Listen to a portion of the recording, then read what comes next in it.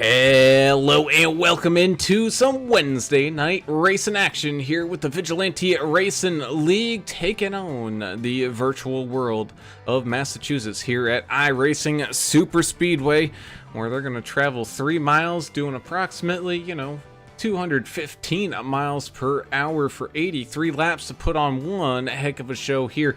This evening it's going to be one heck of a race, and can't wait to get it all started and show you guys what's going on out there. So let's go ahead and see what happens and sit back, relax, and enjoy the show here as we get things all started on off with the national anthem.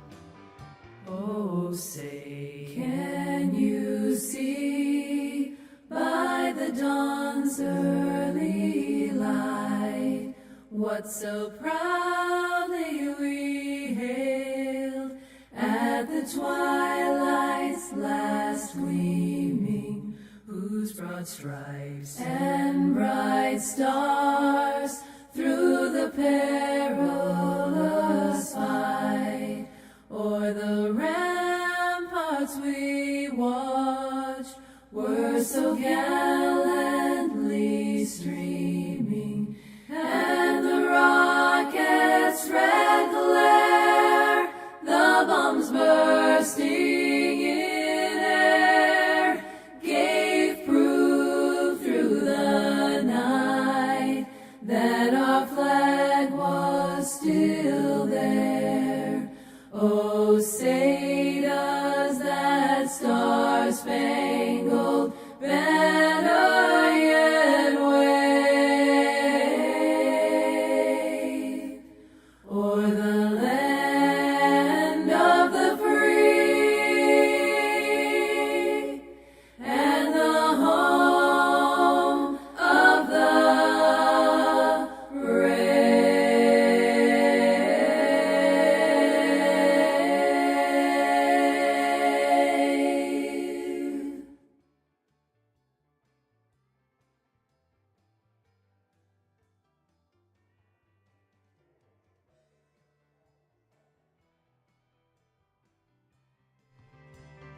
And welcome back. As always, we have to say a huge thank you to the proud race sponsors here of the VRL, such as GC Cruise Travel, Mr. Greg Klein. Give him a call at 918-906-5616, or shoot him an email or shoot him a message over on the Facebooks to get your next vacation all booked up and ready for, because trying to plan vacation stuff, it's kind of a hassle. Trying to find best prices on stuff, and it's all this pressure of trying to find flights. Well, let Greg do all the hard work for you and get you some great savings, and just relax, because that's what the vacation's meant for. So be sure to get in contact with GC Cruise Travel, the official travel provider of AAA Broadcasting and the VRL. Of course, big thank you to Mr. Dave Mayberry and Blue Fox Properties. Give him a call at 520-850-4189 if you're looking to buy or sell your house in the Tucson, Arizona area, or anywhere across the country. Let Dave and his 18 years of experience buying and selling homes get you into that home of your dreams. And with a housing market that just gets crazier and crazier, be sure to get yourself a good quality realtor today. So big thank you to Dave and Blue Fox Properties.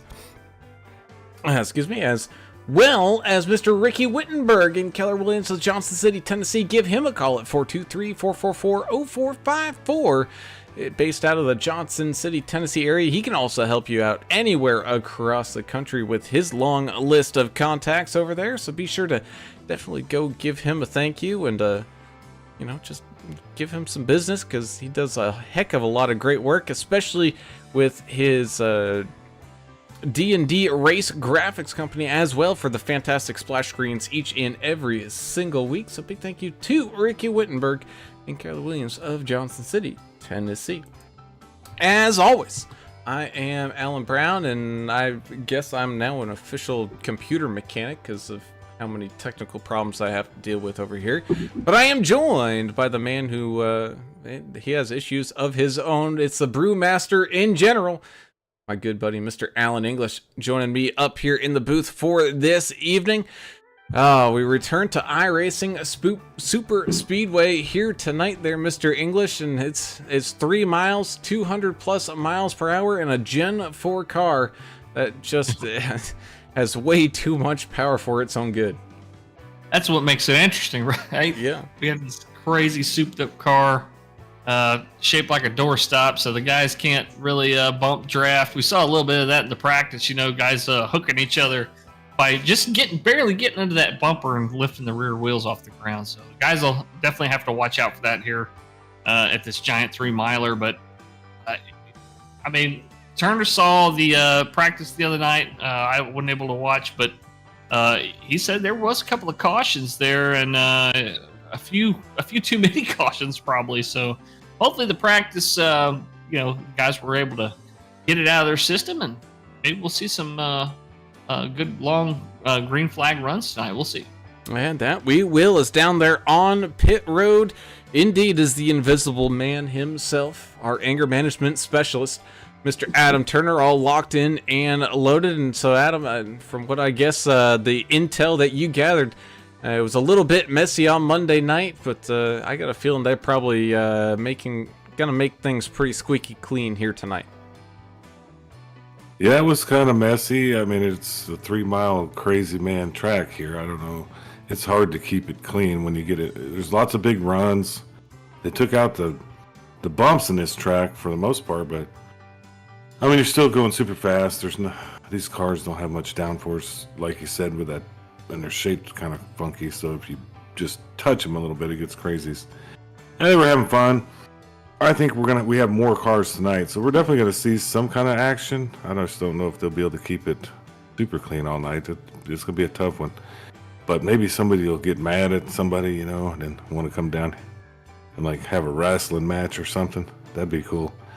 I just like to see people fighting. And then we get to talk about what happened last week with one of the guys that thinks he won. I don't know if he won the race or not, but we'll talk about that during the race. But let me give you these rules here real quick. 1 fast repair, 70% fuel. Unlimited tires, 25 incident points, you'll get a penalty. 6 incident points after that, you'll start getting more penalties and so on and so forth. It is 96 degrees on the track, so it's warm, but not too bad. No, not at all. As we take a look here at tonight's race information here for this 3 mile paperclip high bank track. Beautiful weather in the virtual land of Massachusetts as well. So everything's looking all on the up and up for some great racing here this evening, bringing us down to tonight's key to the race. And man, it's going to be a tough task, but you're going to have to try to take it easy at 200 miles an hour plus.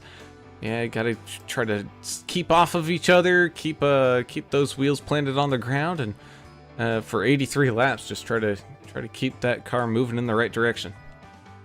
Yeah, and part of that too is keeping the aggression in check as well. This is wide enough to go 3 and 4 wide here, but you don't always have to. You gotta kind of pick and choose when it's time to go and when it's time to take risks. And lap 1 is probably not the time, so.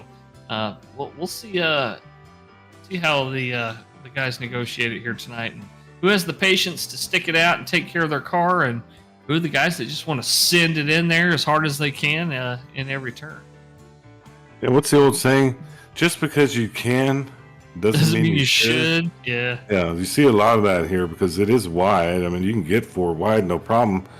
Once you start collecting air off side drafts and stuff, and then the corners, dirty it just air becomes mayhem. So somebody's going to do it. We know it always happens. There's going to be 4 wide, and there's huge runs here, so you're going to see a huge run, and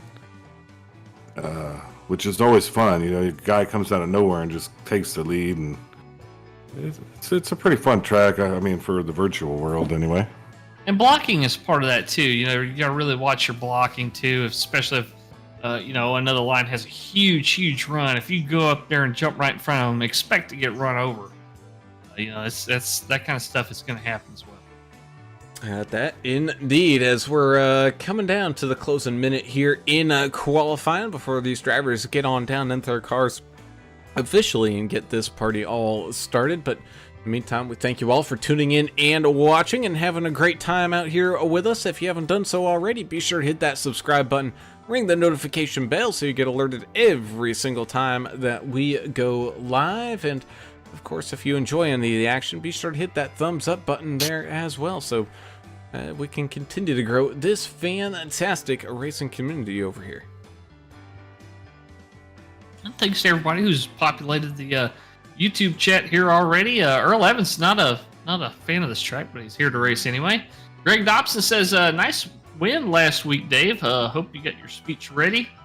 He is our spotlight driver here tonight. Albert Anderson, his mom and dad are out there cheering for him. Saying, let's go, Albert. Thank y'all for being here. And Shirley Martin says, let's go, Chachi. Number 81 rocks. IC Full Circle Edition from everybody there at Daystar Screens. Definitely happy to have all the fans out there and supporting their favorite drivers here as everybody starts to line up against that inside pit wall. And here we go. Getting ready to go time here as we run down our official starting grid here for the evening.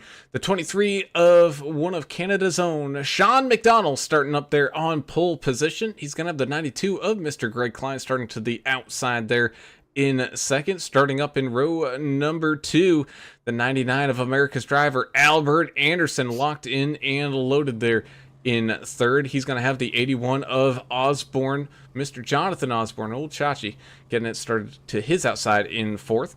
Fifth will go to the double nickel, 55, Mr. Ricky Wittenberg. To his outside will be the 72 of Chan the Man, Chandler Paul, starting in sixth. Seventh will be the 16 of Mr. Kyle Vaught, starting up inside this top 10 there in seventh, with the 07 of another one of Canada's drivers there, Mr. Jack the Ripper Dixon, starting in 8th. Ninth will go to the 18 of Andrew Player, with the 89 of Craig Good Enough, rounding out your field starting top 10.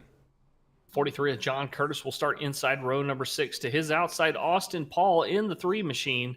Row number 7 is going to be Edward W. Smith in the 63 and the 82 of Mike Everidge to his outside. Row number 8 is going to be Jacob Young in the 17 and Edson Ochoa in the 8 machine. A couple of Texas boys there. And then, let's see, Jess Vaught in the 33 will start in 17th place. 18th will be Kelly Kill in the 01.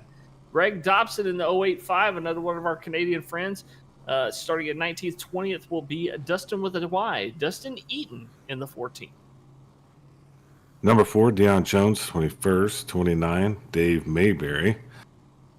Heard about him. Something with last week, I'm not sure. 22nd. 23rd to 187 of Scott D. Howell. 10 of Andrew Cawthon. 24th, 25th to 123 of John Gallagher. 27 of Tim Pope. 26, 88, Mike Adamson. 27th, number 1 of David Fight.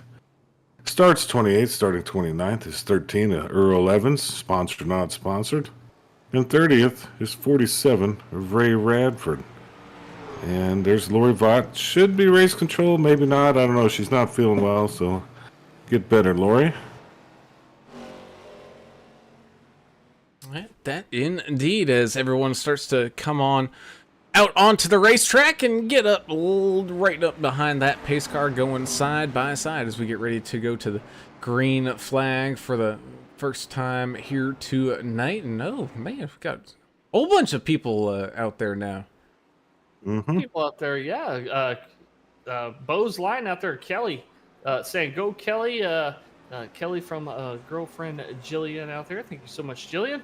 Mike Adams is saying howdy guys. How you doing there, buddy? Taylor Provak's pulling for both of the Vaughts out there, the 16 and the 33. Larry Dickerson pulling for Team All-Star, of course.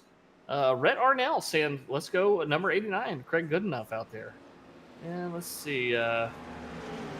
Lori saying, missed you all. Good to be back out and doing race control. Ava Vaught out there saying, good luck, everyone.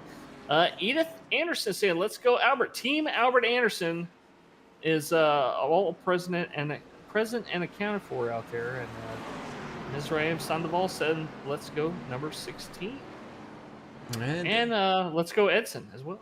Yeah, there we go. So here comes the pace car on down onto pit lane for the first time here tonight as they line up side by side, heading towards that start-finish line to get this party started. And here we go. Green flag racing for the first time here tonight at iRacing Super Speedway as everybody's locked in side by side, stumbling and bubbling their way on into turns 1 and 2. Gonna remain side by side. If anything, maybe that bottom side getting a little bit better of a run with the 99 of Anderson pushing that 23 of Sean McDonald. 55 Ricky Wittenberg sliding up a few places, as well as that 16 of Kyle Vaught. 92 Greg Klein trying to catch up and pick up some momentum here, and he's going to have a huge chunk of help as the 55 and the 99 jump up to that outside lane pretty much right from the get-go as they entered into that backstretch to try to get a little bit more of that momentum. 81 Jonathan Osborne is trying to fight to stay alive with some of this momentum, along with the 72 of Chan the Man, who's way out against the outside wall as the field rounds it down and out of turn number 4. Lap number 1 now officially in the books as we're going 3 wide here in the mid-pack. Yeah, some cars came up right behind Chandler with a huge head of steam. They had to get out of it to avoid running him over there, but now Chandler's got help, so maybe the outside line will start moving a little bit better. Yeah, he's got the... Yeah, they're safely running 3 wide at parts of the track. I mean, it's wide enough to run 3 wide pretty safe. And that there is one of those drivers taking it that 3 wide is the 33 of Jess Vaught, slipping and sliding, clawing, moving his way on up through this field. Still plenty of time for some big moves and shakes coming on up as we got 83 laps on schedule here tonight. We'll most definitely at least hit that, maybe even more depending on what happens towards the end of this one. 085, Mr. Greg Dobson trying to just keep the car clean here early, tucking in the line behind the 01 Achille Keel. And man, if you see that 01's bumper right in front of you, that's a pretty good car to follow here throughout the race. You can almost best be sure he's going to find his way up to the front sooner or later.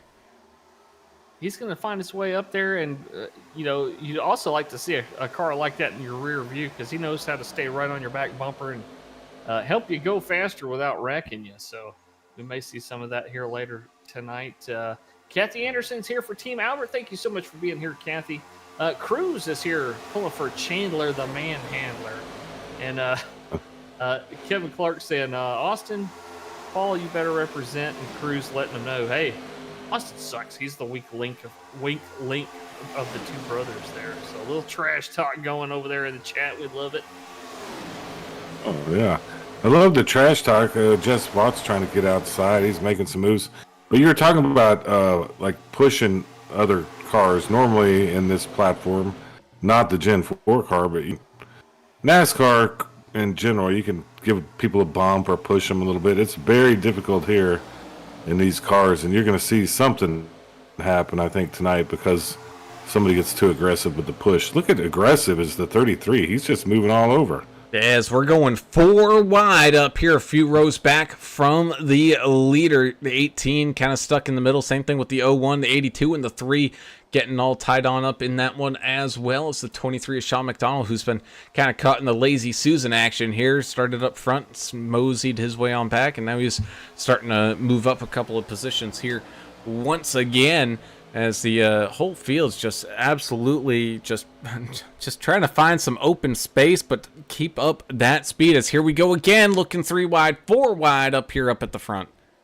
I'm already seeing a couple of trouble spots here, and it's where it was before. It's not as bad as it used to be, but there's still a big push up the racetrack as the cars enter the sets of turns.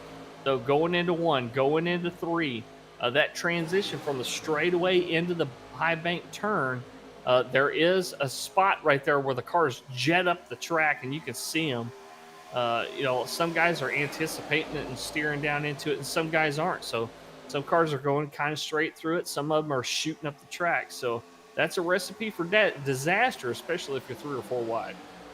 Well, that's what I like to call is science. Like Fauci knows. Fauci is the science, allegedly, what he said. But that's kind of scientific right there. I don't know, what do you call that? Inertia, pushing you up the track line.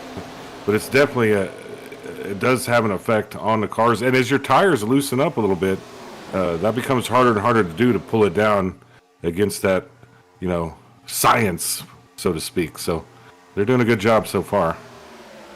At that they are, is the 33 of Vought. Look who's right there behind the 16 of the other Vought, tag teaming up together, trying to take down that 99 of Anderson and move him back a couple of spots. Ricky Wittenberg having a phenomenal race thus far, pushing that 99 right there in front of him, trying to keep out in front. And look at this, up along the far outside wall, 81 John Osborne. He's got the 01 and the 82 trying to help him on out and get on up to the front. A little bit of a shake. Oh, and the 01's going around. We're going to have a big one. Hope involved. So is the 14, the 17, the 18, the 10, the 4. Woo, half the field here, boys. We have to see how that one started. You ain't kidding. It was looked like a little bit of a bobble up there on that outside lane. I don't know if maybe the back end was starting to slip from underneath the 81 of Osborne.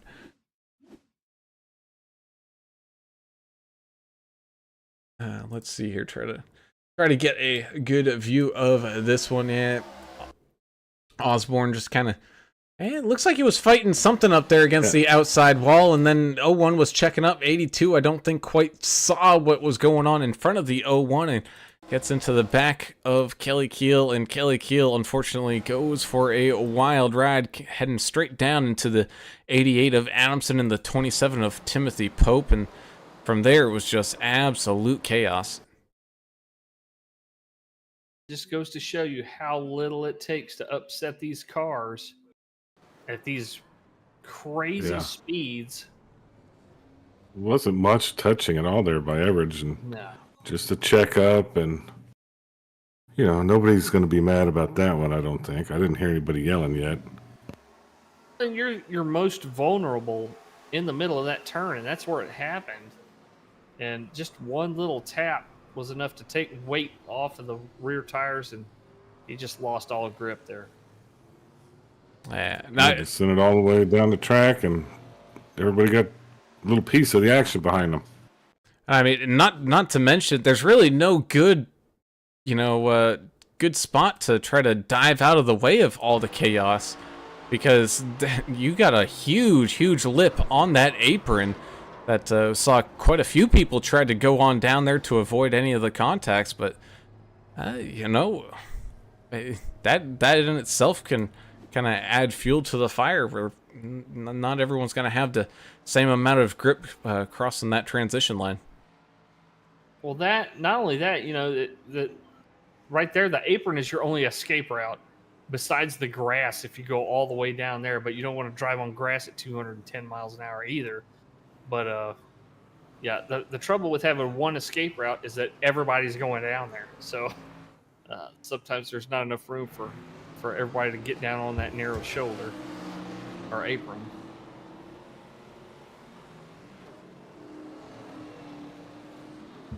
Yeah, it's crazy track, made up track. I guess it's in Boston or something. But who's in Boston? Isn't there snow on the ground in Boston right now? That's how I always picture Boston in the wintertime, just like doom and gloom.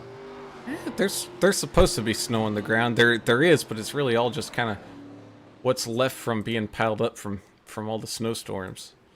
But is it that gross, like brown stuff where it's got dirt in it? Yeah, and just tires, rubber, and gross, nasty stuff. That's disgusting part of winter up there. Snow angels in that. You'll get axle grease. You don't want to make ice. You don't want to make the snow cones out of that either. That's true. No, definitely not. Disgusting. Yeah. Anyway, it looks beautiful here in Boston today at the virtual racetrack. Yep. It's down Racing Super Speedway. It's down in Boston last week to pick up my new computer parts. Oh. Nice. Did you run into any Southies over there? No, I stayed over towards Harvard, so I actually got a little smarter, if anything. Oh. Rubbed off on you, huh? Yeah, just a little bit. What English, what'd you say? What did he get? Yeah, what'd you get? Did you get something cool or what? Nah, I had to get a new CPU. Oh. I mean that's in the computer term language. That's like a computer, right? That's The CPU. yeah, that's like the computer. Yeah. Oh. Oh. It's man. the heart. It's the heartbeat of your system. There's no heart Yeah, unless AI you're maybe. missing the point. Do you think the Yes, old computer, yeah. Brown? Maybe the old computer was going to take over and like kill you in your sleep or anything with all the new AI stuff, or did it just die of a broken heart? Hey, no, if anything, my old PC probably just get stuck. The reason why I probably had to get a new chip was because I was playing tic-tac-toe and it found out that, you don't always win. It can end in a tie. Would you like to play a game? I've seen that movie. Yes, yeah, I've seen that movie too, and it doesn't. It really, I mean, it saved the day. Of course, it's a movie, Yeah. but it was scary back then because they're starting global thermonuclear war with the video game and the Whopper computer. Whopper. And look, that's what they're trying to do to us right now. I think that's probably happening some kid's basement right now with AI. They're trying to start a global thermonuclear war, It's probably which I'm not really a fan of. I'm not. Yeah, Matthew Broderick. He's probably doing that, dressed as Ferris Bueller, of course. Sure. Anyway, I'm not a fan of that. I'd like to keep it. Let's be happy, guys. We need to love everyone. Love each other. Less war. Yeah. Yeah, less, more, and more racing here as here we go. Pace card coming on down and out of the way as we go back to the green flag here. Once again, the 99 and the 33 starting things off side by side. They got the 16 and the 92 in their equivalent lanes right behind them. Greg Goodenough, you got Jonathan Osborne, 07 ejected. Ooh, we got a whole bunch of Canadians all teaming on up here. You got the 07, 23, and the 43 all lining up together here. Probably trying to tackle this pack and get on up there towards the front as they continue to race side by side here up at the front. It's the 4 of Dion Jones having a pretty good run here, trying to keep that car nice and clean. Eventually going to pick up some draft from that outside lane and kind of slingshot his way on up towards the front. Nobody knew what we were talking about. We kind of got goofy there. That's a movie called War Games, guys, so don't get all crazy, We're just quoting old movies that probably older than most people in here and watching. I mean, I think it's older than me, and I've seen it. Oh, it's definitely older than you. I think it was like 84 or something. Oh my God. No, it's got to be like 90. Yes. 86. No, it's the 80s. It Yeah, was in the it's 80s. near the 80s. Use the Googler. It was in the 80s, but nonetheless, there's look at those paint jobs by Ricky Wittenberg on the outside. That's beautiful paints. Trying to get up front. 89's right behind them. 1983. What year? 83. Told Very you, I was good. close. I said 84. Had Dabney Coleman in that movie. I forgot about that. I love Dabney Coleman. Remember the one in San Antonio they filmed? What was that one he was in? Oh, the one. Yeah. Cloak and Dagger. Cloak and Dagger. Yes, Cloak and Dagger. Yeah, they Look at filmed that that one on too. That's Riverwalk. crazy. Mm-hmm. So we take a ride here with the 3 of one of the Paul brothers, who's right behind the other Paul brother, Mr. Austin Paul, driver of the 3 machine. Trying to team up with his brother here, going alongside the 17 of Jacob Young. The sibling rivalry is only between the fans of each driver. Some of the Chandler fans, some of the Austin fans. But on the track, it seems like the brothers are trying to work together. Oh, they are teammates. But of course, as it, if they're fighting side by side, coming to that checkered flag, Mom, it's going to be a rough Thanksgiving. Oh, they'll dump each other for sure. I mean, why wouldn't you? It's your brother. You got to be harder on them anyway than stranger, right? Yeah, of course. So we're going 3 wide up here, up at the front here once again. Got the 99 kind of in the middle. 55 Ricky Wittenberg against that far outside lane. Finds some room kind of there in the middle as the 16 of Kyle Vaught trying to pick up some momentum with some side draft there along the side of the 07 of Jack Dixon here. Yellow's out. I'm not sure what happened out there on the track, but caution is out. Yeah, I'm trying to see what might have happened here. I didn't see anything. Check out 17 there. He's coming up on the radio there. Spun out. Self-spun, it looked like. Ooh, yeah, it looks like maybe got onto that apron just a little bit. Coming on down into the corner. Yep. Ooh, man, yeah. That transition. Oof. I've seen some great Man. drivers do that very thing right there. So 17 talked about being embarrassed by making that mistake. That's a common mistake there. We've seen some talented folks make that same exact mistake. Well, not only that, but 17 Jacob Young had his own technical failures here recently, and I guess his wheel that he uses has interchangeable wheels and all that kind of stuff. Oh yeah. Well, so the one that he uses for NASCAR and all that stuff, well, apparently that one's kind of broken at the moment, so he's racing with a GT3 style of racing wheel. Oh wow. What's a GT3 style? What's that mean? It's more The like one that's not a wheel, it's like a handles. yeah, kind of like a Formula Sure. 1 or Okay. IndyCar or something like that, yeah. So, Oh, that's crazy. 33 Jess Vaught leads a whole bunch of people on down into pit road. Scott Howell electing to stay on out here for at least a little bit while longer.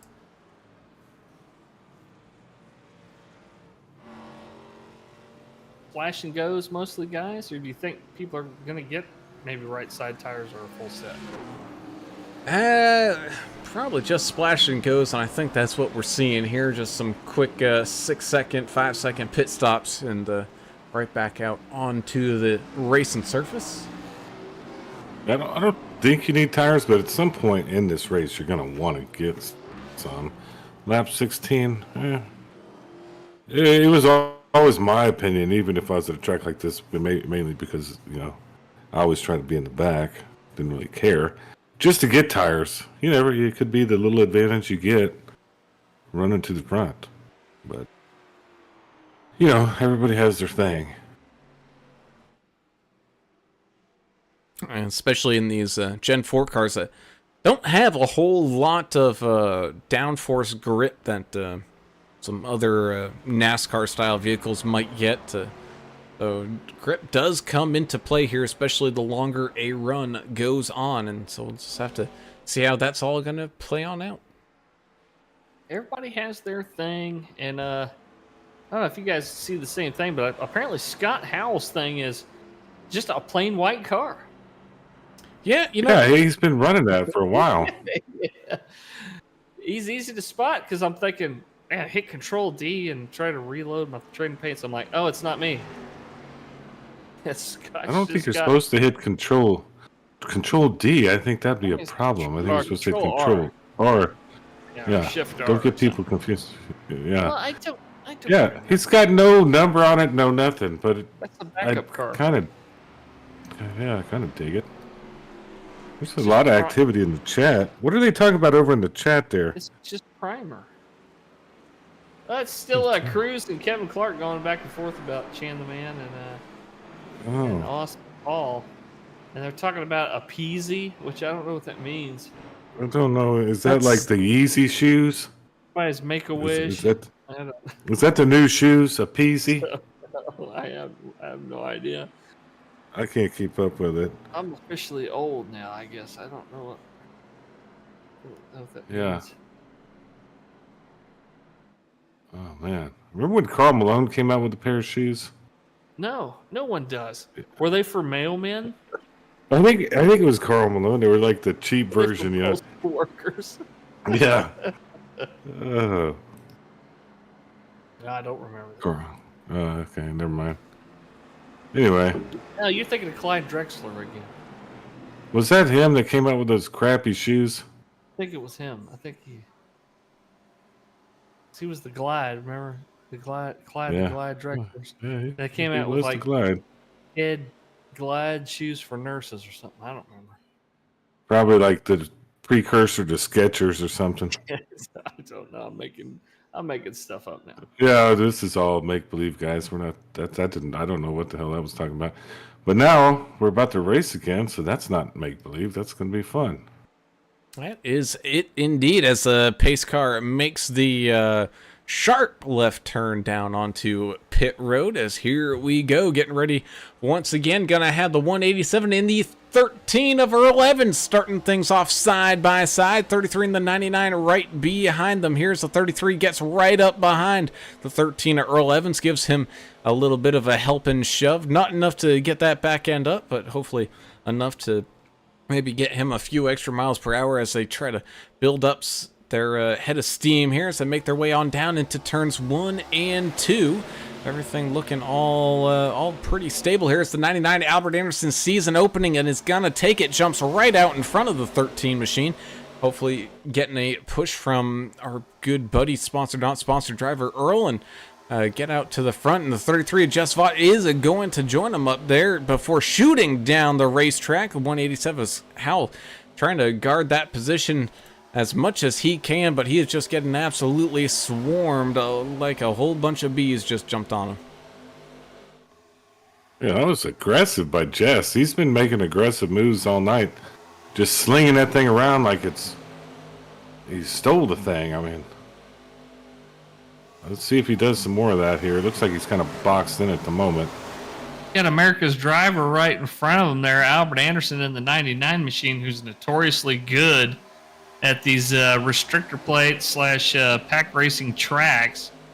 He's not wanting to move. He's going to try to hold on to this position as long as he can. 89 with a good run out there. Craig Goodenough with a good push from Ricky Wittenberg, threatening in that outside lane. Yeah, didn't America's driver Albert Anderson? He had like a week where he won. It seemed like almost every race he ran in that we were a part of. Big Wreck, it says. I don't know who's in it, but Wrecking up. Oh no! Hal blow his engine? Yeah, He blew an engine. Howell blew an engine, and we got a caution flag out for I think he blew his. some shenanigans way back behind them. Howell was The wreck happened downshifting. behind him. He downshifted. He was up front in the top 5, and his engine just blew. Like he must have downshifted one too many times. We've seen that before. As we take a look I never caught the crash. Oh, the crashes between the 1 of David Fight and the 4 of Dion Jones. Trading a little bit of paint. A little too much right side romance going on. I think there was going to be contact, but possibly some net code there as well as the 44. Oh, just launches up. Oh, my goodness. Good Lord. Oof. What in the world? Just throwing G-forces bodies. experienced there. Yeah, it's one of those, like, even though you know it's fake and everything, it's like you still, like, have a little, like, squirm, and it's just like, oh, that didn't that didn't look good. As we Call the morgue. we go ahead and at the same time, let's go ahead and ride with the 187 of Howell here as he's oh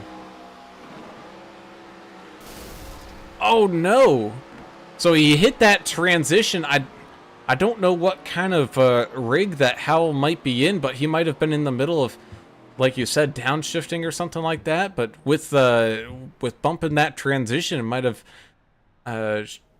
if he's got like an H pattern shifter or something, caused him to get out of position and downshift, like you said, one too many times. And yeah, that engine just went pop. They do have a fast repair here, don't they? Yeah, just one. One fast repair. Yeah, just one. So he towed. So he's sitting there waiting on his tow time. get that thing fixed back up and get back out there. It's not the end for the all white murder, death, kill 187 machine. I don't really care for that murder, death, kill. We don't want any of that. We're No, nice to each other now. Demolition Man. Oh yeah, you told me last time, I forgot. Yeah, 187. Remember?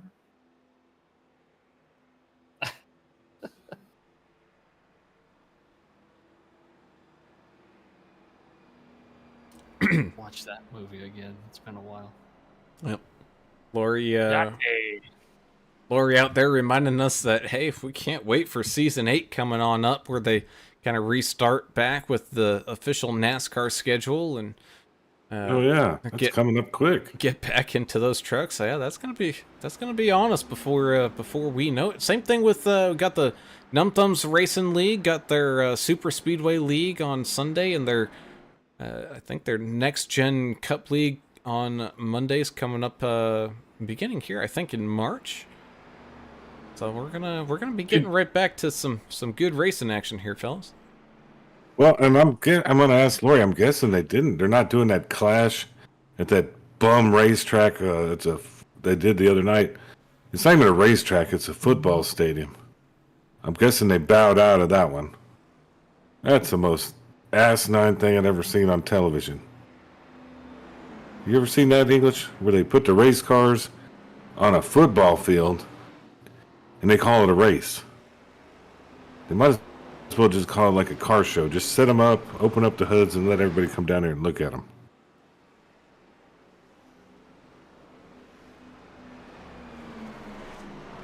I'm not a fan of that. He is. I assume he's not a fan of that. But I guess he had to get a refill. Well, he's probably not. He had to get a refill. Did he refill? Yeah, he got a refill.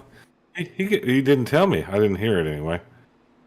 But yeah, I don't know what you thought. I just don't care for that thing they do out in Los Angeles now.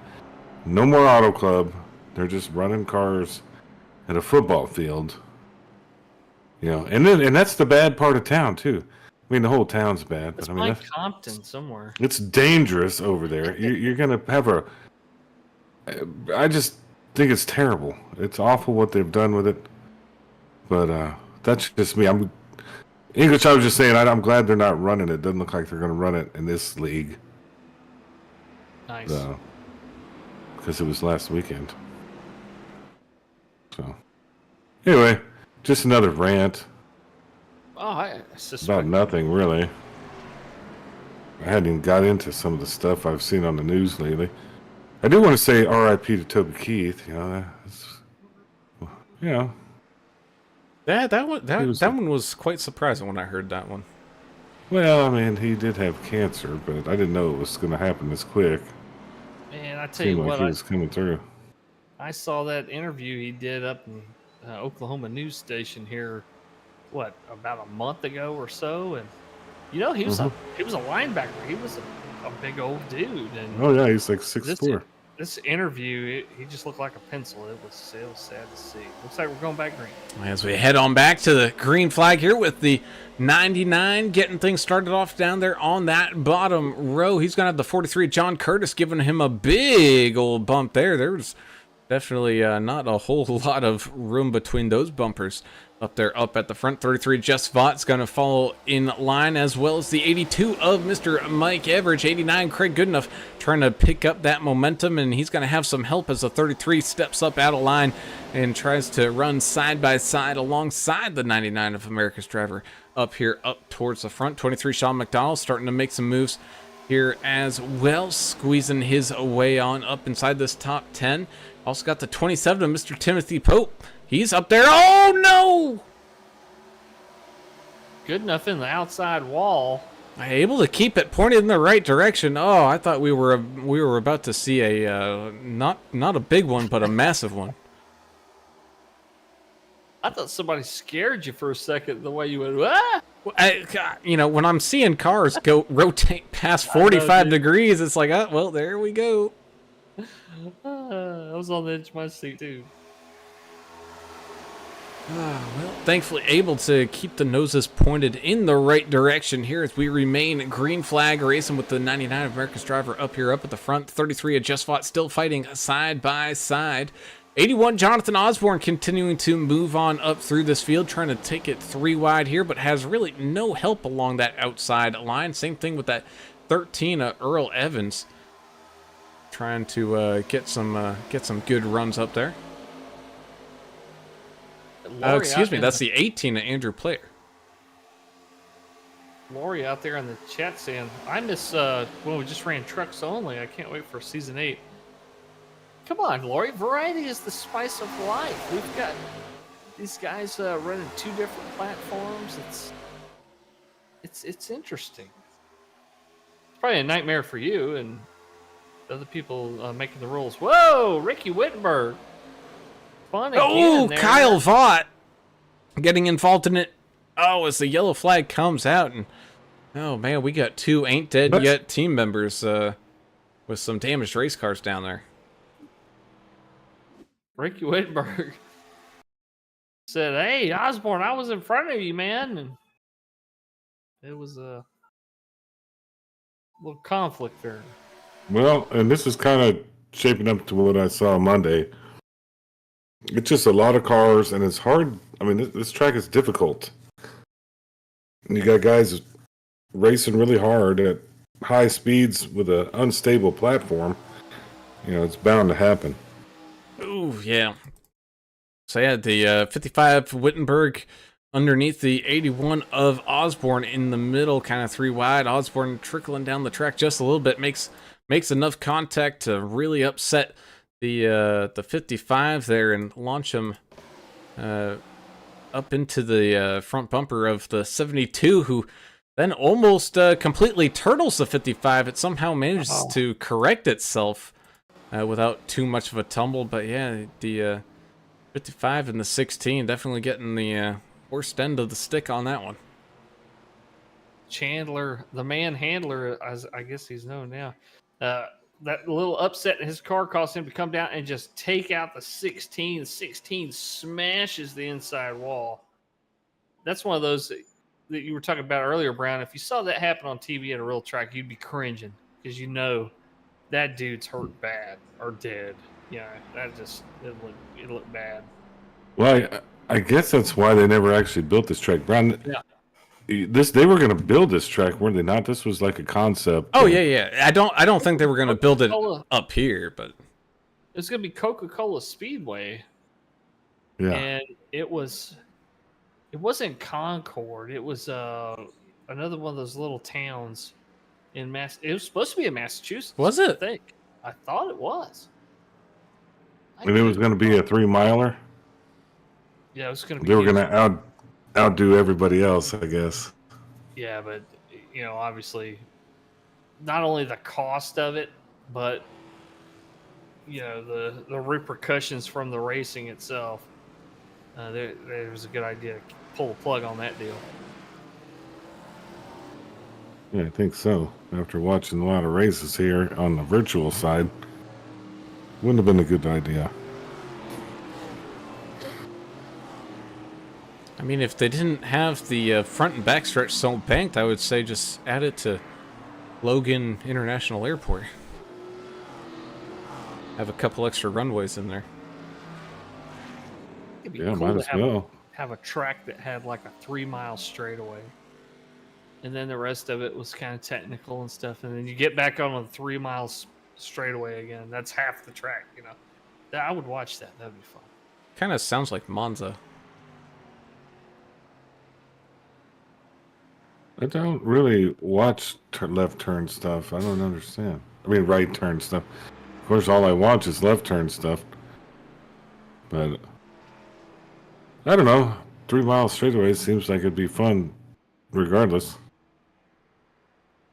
Track in Germany. It's like, huh? There's a track in Germany they used to do Formula One at that had a really super long straightaway. Can't think of it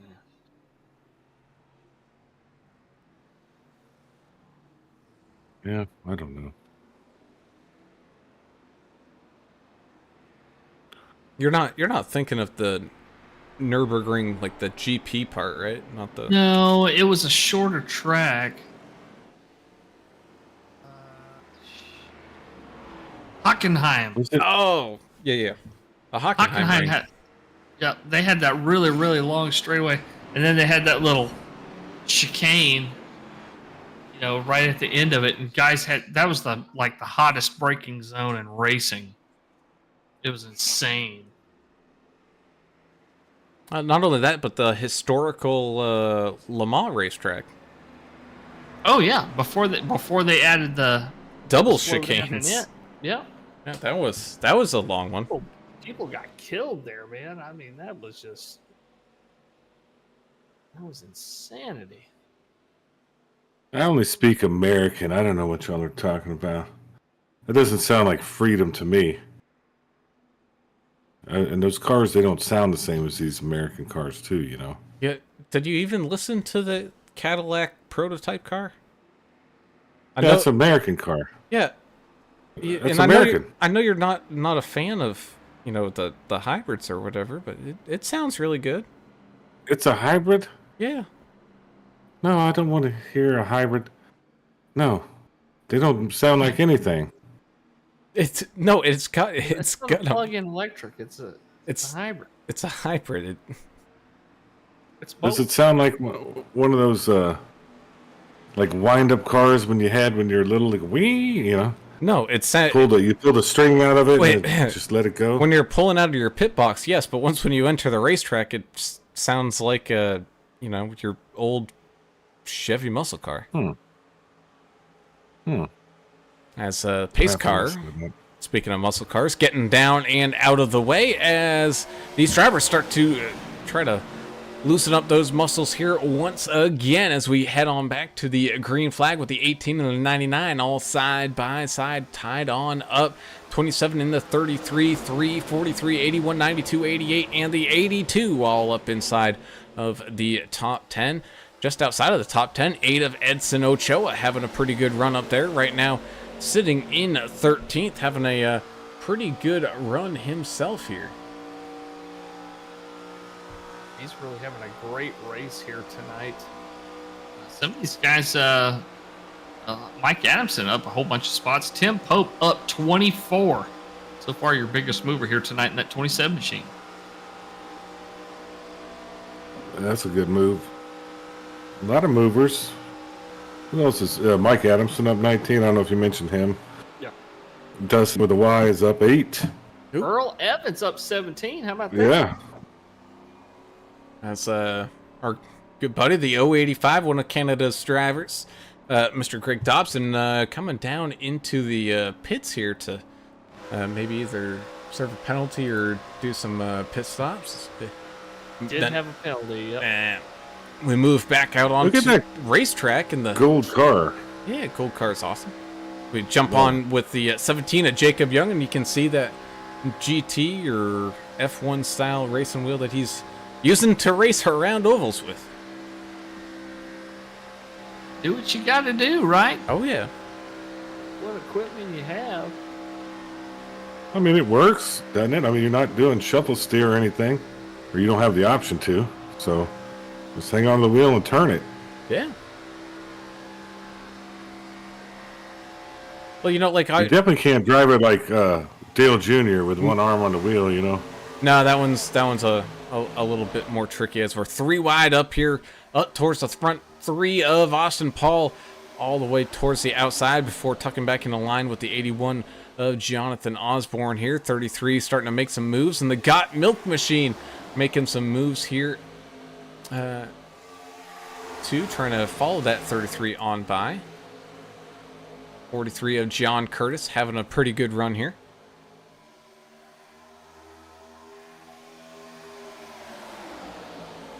Pretty exciting to see these cars going so fast, nose to tail like this, knowing that any little checkup can spell disaster here. The suspense just, I get all wrapped up in it when I see these big groups of cars like what we're seeing up here.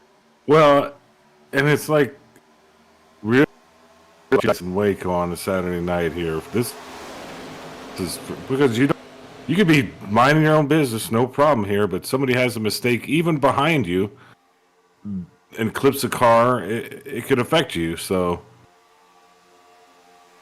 You die. I'm kind of hiding out in the back if it was me. But these guys up front, they like to race. They like all this mayhem. So Ooh, there it goes. They got a couple door-to-door there. 92, a Greg Klein Hold to it. trying to send the 43 of John Curtis on an early cruise there with some right side romance. I don't know how Curtis held that. That was a great job holding it in the Kellogg's machine. He's a bad line. Greg Klein tends to be very aggressive with his driving, and he's also aggressive at getting you good rates on your cruises, so it's one trait. That was a good one, Turner. And these other drivers keeping it on an even keel, you know, when they make contact with Greg. Oh, God. I don't know if that was the port side or not. That was good. Oh, Greg Klein. I am going to have to hit him up. I got to hit one. I got to do a cruise soon, man. Everything's falling apart around here. Is some of the private stuff you two know. Needs a little break at some point here, but we're pushing along, just like this race is pushing along. A lot of cool stuff happening on the track. We've had a pretty good run here, Brown, over the last few laps. And that we have as we remain 3 wide up here towards the front. 43 is pushing the 3, 33 is pushing the 92, and down there on the bottom side, the 27 is pushing the 99. 3 good lanes of racing here. Well, not anymore, as everybody tucks back down into that middle side. I think they realized momentum was really not going anywhere, so they regathered up the troops and are going to maybe make another attack here with the 3 of Austin Paul and the 43 of John Curtis. Big run by the 43 right behind him. Now they got the 82 right behind him here as well. Mike Average in the Bush machine.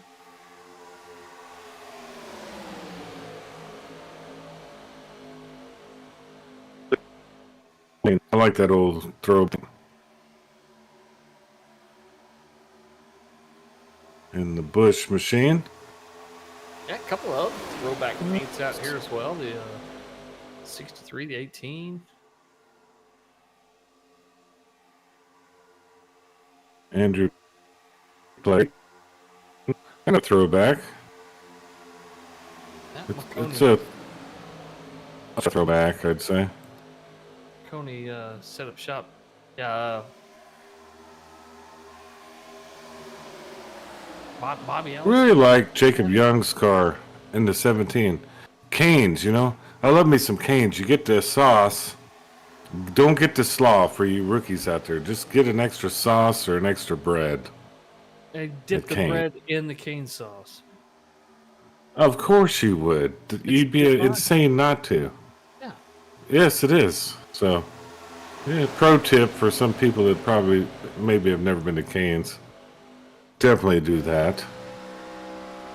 But Jacob Young's got a nice looking car. Set in position 22. I kind of like where he's setting right there. He's a little space in between him and the mayhem at the front. He may be able to avoid something, you know, that happens in front of him. Well, I'm watching the, also, maybe not. Well, I'm watching the 88 here as well. Mike Adamson up 19 spots here so far in the 8th position. Always dangerous, Mike Adamson of taking some positions here, especially as they come down the stretch. He's one of those guys like Anderson, very, very good at reading where the lines are running. Does very well in traffic. Very aggressive restrictor plate driver. Watch for the 88 Budweiser machine here towards the end as well. He's doing a pretty good job right now, tucked in behind the 07 of Jack Dixon, who's having a pretty good run of momentum here. Still right around where he started this evening, but I mean, that's still a pretty good task to be done as a 14 at Dustin with a Y. Dustin Eaton making some moves on up there, up towards the front. Driver who made some noise last week, but so far here tonight, not quite so much. But the 29 of Dave Mayberry still sticking with this lead group just outside of the draft keeping that car clean. That's a pretty good call by old Dave. Yeah, that's all you got to do is stay on the lead lap, stay on the lead pack. You got a shot at winning this thing here towards the end. Anything can happen at these big old tracks. Don't forget that. Kind of an uncharacteristic night here for the 01 of Kelly Keel. You just saw him letting the field around here going a lap down, or is that a second lap? One lap. 1 lap. No, he's 1 lap down. So Kelly Keel, a little bit of a uncharacteristic night for him. He's, of course, one of the OGs of VRL and been around a long time. Great race car driver, but a little bit of a rough night here tonight. You ain't kidding here. Yeah, but that happens. Up here at the front, Lazy Susan continues to turn its table on around. Here is the 43 giving the 3 a big push, trying to get out in front of the 92 of Greg Klein, who's currently holding the lead of that bottom line. But here they come launching out of the corner. Huge shift in momentum here. Wittenberg passed a couple of people on the outside by himself, and now he's got Adamson behind him. Let's see what Ricky can do. Ricky's on a tear here. He's had a lot of momentum here. Let's see what can happen. Ricky can win a race too now. We've seen him do it before. Oh, yeah. And crapshoot here, though. Now he's stepping down. It looks like somebody's in the 88. Adamson's going to try that outside. Good-looking old-school Budweiser paint. As the 3 and the 43 worked really, really hard to get up towards that front, and then everything, just a couple of quick little changes in where cars are and where cars are not.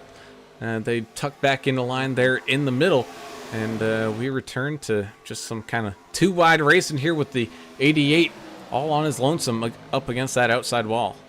Well, of course, as I say that, there goes the 07 of Jack Dixon to try to let him on in, but now Dixon kind of gonna get freight trained a little bit here. 82-13 gonna slip by on the underside. Same thing with the maybe the 72 of Chandler Man, but it looks like Chandler's gonna be able to maybe let him in. So Dixon maybe not quite happy with what he sees going on up at the front. Exactly. Thinks something might be brewing, making his way towards the back. Jack Dixon was already not happy about some contact that he received, and we got a couple cars wrecking, the 8 and the 16. Edson Ochoa and Kyle Vaught. Yeah. Looks like that's all that was. There's involved. so many cars on a track. It will not even pull it up when I have it on crashes. So it's weird. Looks like the 8 just pushed up the track, kind of like we were talking earlier, and got right in front of Kyle and just had nowhere to go. Yeah.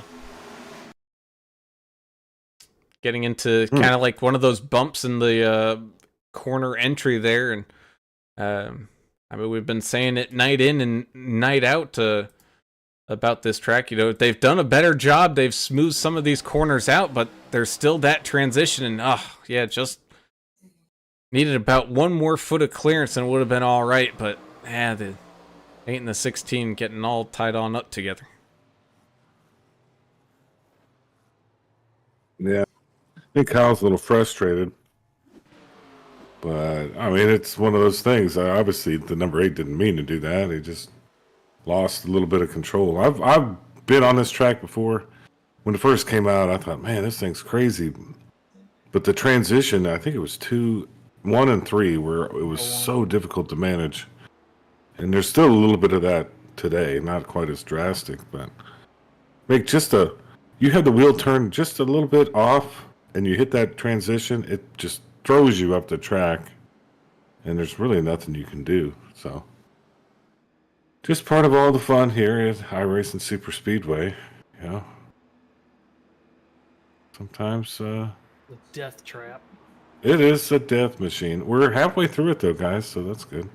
And that indeed we are. Here's Dobson letting us know that it was indeed too fast and passing under yellow when he didn't let the 10 catch up on that last caution, why he had to serve a penalty. And Ava Vaught saying, "Go Kyle, go!" cheering on the 16 of Kyle Vaught. Unfortunately, running into some issues here, but still plenty of time to regather and regroup and recharge.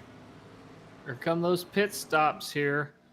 A lot of guys hitting their boxes right now. Stops we got here. Yeah, it looks like fuel only for most of the guys coming out right now. 7-8 second stops. That's fuel only.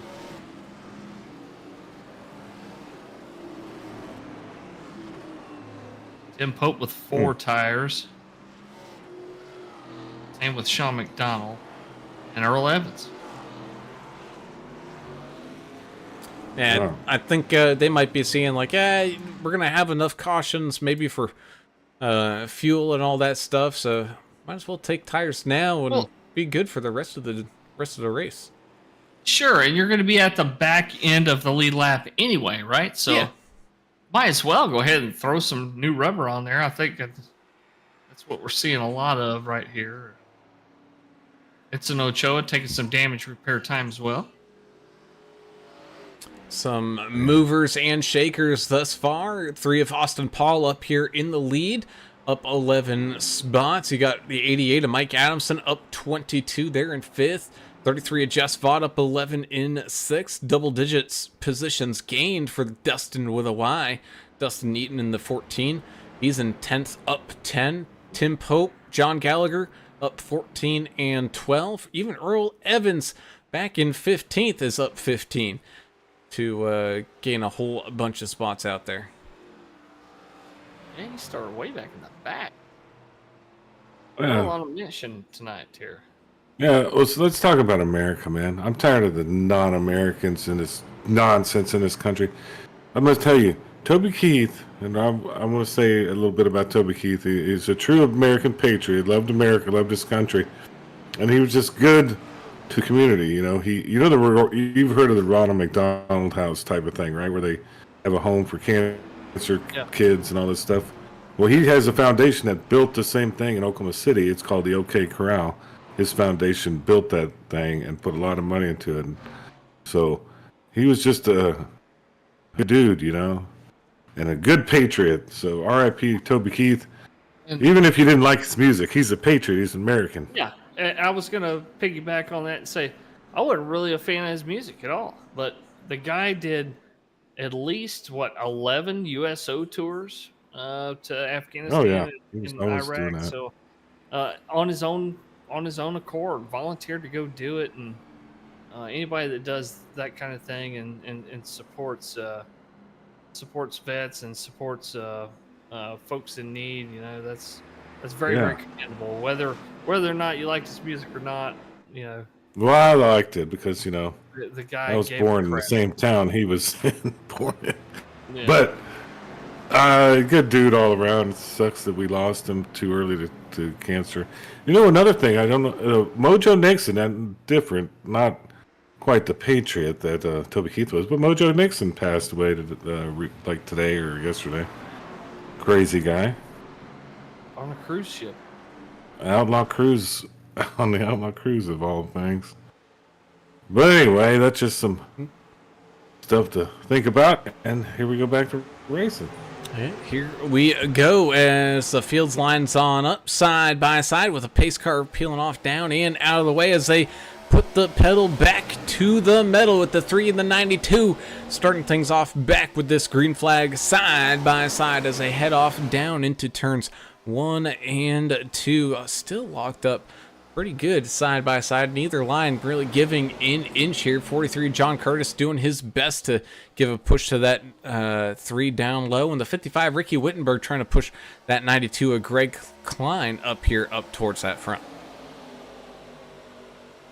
A little shuffling around, but mostly keeping it too wide here so far. Somewhat tame. 14 moves up to the outside line. Looks like he's going to let a couple of guys by.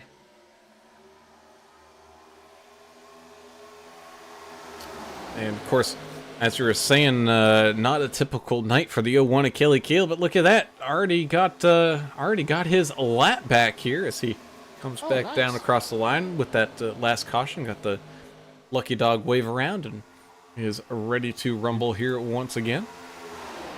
You know who he's going to find? One of his teammates.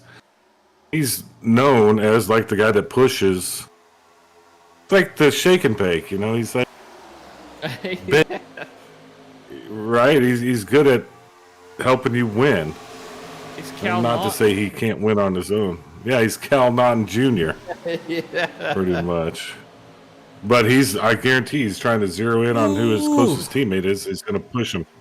As things were getting a little tight up there with the bump heading on into the corner, 99 and the 55 were in a dangerous situation, but they were able to get on out and away from it as the 55 blinks his way down the front stretch.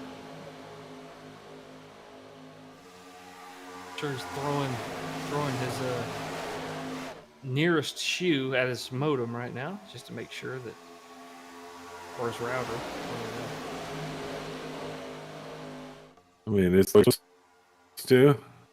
Well, he's probably sitting there playing with Oh, the yeah. AI, generator right now, trying to make a paint scheme in the middle of the race, and trying to change things up so people don't recognize him here in the second half.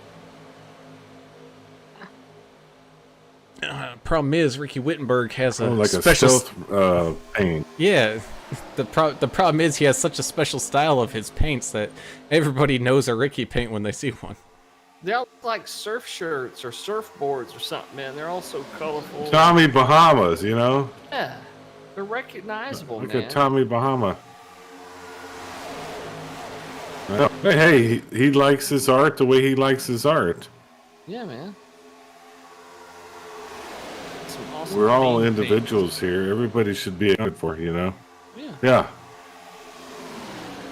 So we got 3 lanes racing around here up at the front. 33 of Vought up against that outside wall. It's got the 27 of Pope and the 07 of Jack Dixon up there as they slowly trickle their way back down in front of the 92 of Greg Klein back towards the middle, as it looks like the 07 of Jack Dixon getting some help from the 01 of Kelly Keel, who's trying to team up with his teammates up here up at the front, making his way on back.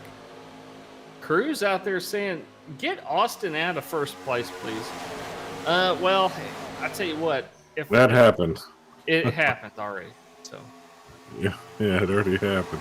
we know it's going to cycle around. Brown calls it the round, the what do you call it? The Lazy Susan. Yeah. Lazy Susan. Yeah, where the outside line passes the inside, moves down, and it's a circle. Okay, well, he peels out of a lane here on that bottom side. Maybe a little bit too much of a gap to that middle row, but the 92 of Greg Klein is closing in fast. Trying to get a little bit of help and a little bit of that momentum on back so he can find his way back up there towards the front row. Kelly Keel in the outside line. We were just talking about it a minute ago, right behind Jack Dixon now, up towards the Oh, yeah, front of this race already. He's about to find his buddies. Like a torpedo, he's running up front like that. That was fast, you know, from a lap down to back up front. Pretty crowded up here right now, though. Pope into the back of the 33 right there. 33 getting a little bit loose from that touch, but Yeah. both able to keep it straight there. That made my heart skip a beat there for a second. Yahtzee. Well, Austin Paul wants to be up front, looks like, Brown. He did the Lazy Susan again.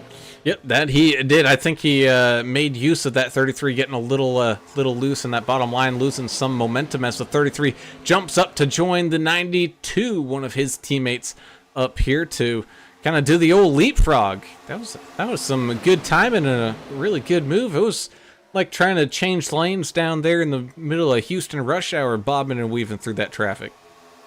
Oh yeah, man. Somebody's going to have a pistol in one hand, a beer in between their legs, and their cell phone in the other, and they're going to drive with their knees. That's what happened there. But look at Jack Dixon. He got the push. Now he's up front, the Canadian. As we're 3 wide here with the 01 and the 18 working together up on that far outside lane. And also, you got the 187 of Scott Howell still hanging around, trying to make some noise here as they're It's gonna start to come up onto some lap traffic here, and it's gonna get a little tight, I think. Oh, look at this. It got real tight right there. 3 Vigilante Force cars up front right now. Keel, Klein, and no problem managing that corner. Ooh, and Klein down onto the apron. Check 3 up. of Austin Paul goes down there with the checkup. Everybody able to keep it pointed in the right direction. Even the 3 didn't lose that many spots. He's only moved back a couple of spots on that bottom row. Boy, they were very skillful to watch what happened in front of them. That could have caused a huge crash there. All in the meantime, there was a huge checkup that allowed the 01 Achilles Keel just to keep on driving right on by on that far outside lane and take over the lead of this race as a Vigilante Force got 3 drivers, all nose to tail here. 55 Ricky Wittenberg trying to spoil their party in the middle lane right now. He's got the 82 of Mike Everidge giving him a little bit of a helping push. 18 187 on that far outside lane, as well as we remain 3 wide racing here at iRacing Super Speedway.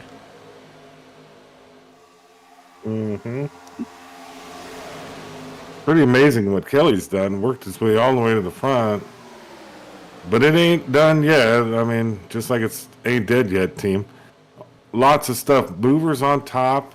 3 wide now. Everybody's Ooh, 4 wide. still got a chance here. We got a long way to go. Yeah, 4 wide, that's not going to be good. And they're able to figure it on out as the 99 of Albert Anderson trying to catch on up to that 18's back bumper. And he does, sending him a good message of, hey, I'll push you for a little bit here. Let's get this thing rocking and rolling up here, up towards the front. All that squiggling back and forth makes me nervous, man. I know that's what Lori's watching out there too, as she says, my nerves. Yeah, it's getting pretty nerve-wracking because they're racing really hard and close, and they're pushing it to the limit here. I think they just get comfortable, they crash, and then they just keep racing, keep it loose a little bit, then they start tightening up, and they get comfortable again, racing hard. And I think we're going to see something happen soon because, you know, science. Yes, here we go. 4 wide, America's driver all alone on that far outside lane trying to leapfrog a couple of rows of traffic here. No help, he ain't gonna make it as he drops back here pretty quick. Ooh, and it's getting a little tight there. Finally able to find a hole behind that 187, but bold move there, Cotton. Yeah, super bold. And this is different than like a Talladega. Let's say Talladega, Daytona. The 3 guys up front in the same team, they can't control all the lines because the lines work so different here. So I think that's kind of why they're staying together on the bottom row. That's Earl Evans taking off down onto pit road here. Problem is he's still going about Mach 10. Yeah, he is black flagged for doing 180 miles an hour on the pit lane. Well, he must have got sent down there, you know. For some reason. That would be my guess. Is something happened that he had to shuffle, and rather than hit a pit wall, he decided just to take the penalty and go down onto. Go down onto pit road there. My money's on the Domino's guy just rang the doorbell, and Earl's like, all right, I got to send it down here to go get me some pizza. Maybe. That's squirrely right there. That is a possibility. That's a 99 America's driver, Albert Anderson, up on the high side here as they go 3 wide. 55 Ricky Wittenberg meet in the sandwich with the Vigilante Force and Craig Klein, Jess Fott, and Kelly Keel leading the charge up here, up at the front. Force really doing their best to maintain up here. Of course, here comes Pope pushing the 99 in the outside line with a pretty good size run. No. Quickly runs out though, and they just they fall back and have to rebuild, and it takes a good lap and a half to do that. Well, and is there anything to do with the science of that's a longer way around the track too? You know, I think so. I think it's by geometry and. I think it's probably got more to do with how unsettled these cars in these transitions going in and out of these corners, that you really got to be in the right spot with the right wheel angle and the right everything to really keep that momentum going, and it's just so hard to do when you're locked in 3 wide with people inches off your back bumper. And I think it'd be a different story if they had 6 or 7 cars nose to tail. Kind of like what we were seeing on the inside line earlier, but we're not seeing that here as Anderson pulls down in front of the 55 of Ricky Wittenberg. Yeah, but you can see it there in that last set of corners. 27 of Pope was right on that back bumper, but because of that, he couldn't see where that corner entry was, where that transition is. He couldn't prepare for it, and so he got him out of sorts there for a quick second. He does have some help with the 81 of Osborne there that keeps him up here, up towards that front in the middle of this fight for the battle of the lead. But you could just see that the 27 of Pope did lose a little bit of speed and just a hair of time. But here we go down the back stretch with a huge run.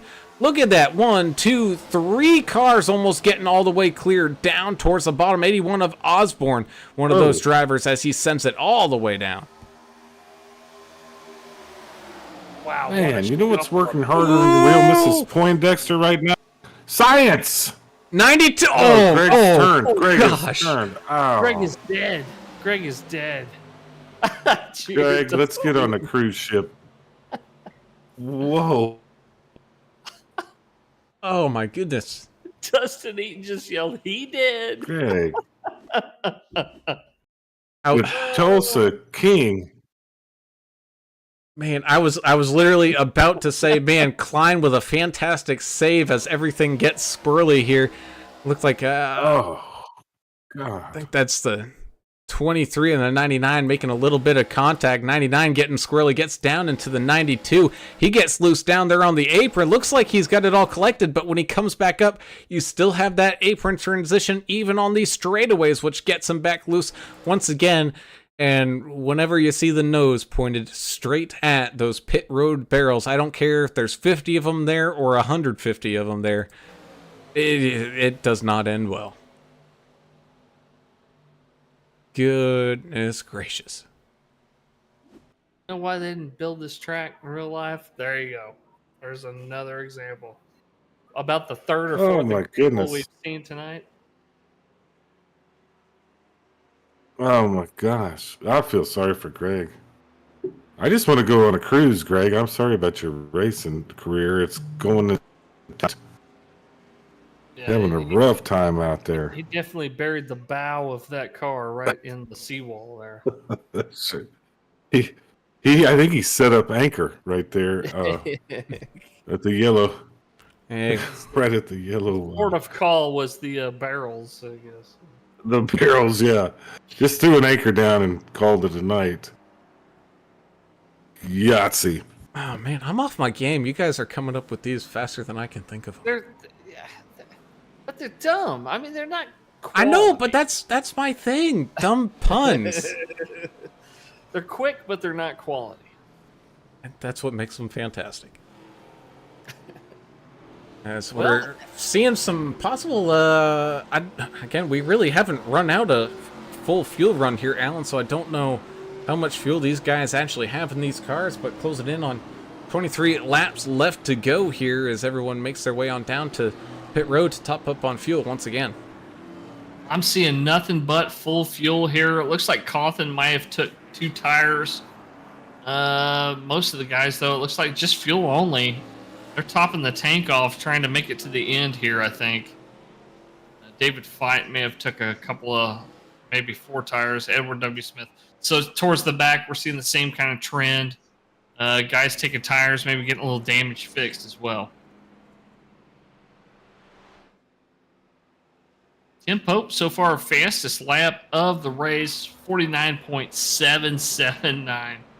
Good night, that's quick. A 3-mile track to finish it in 49 seconds. That's insane.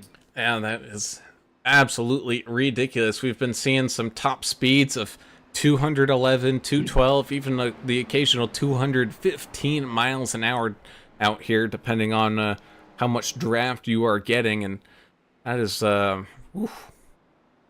the definition of hauling the mail out there.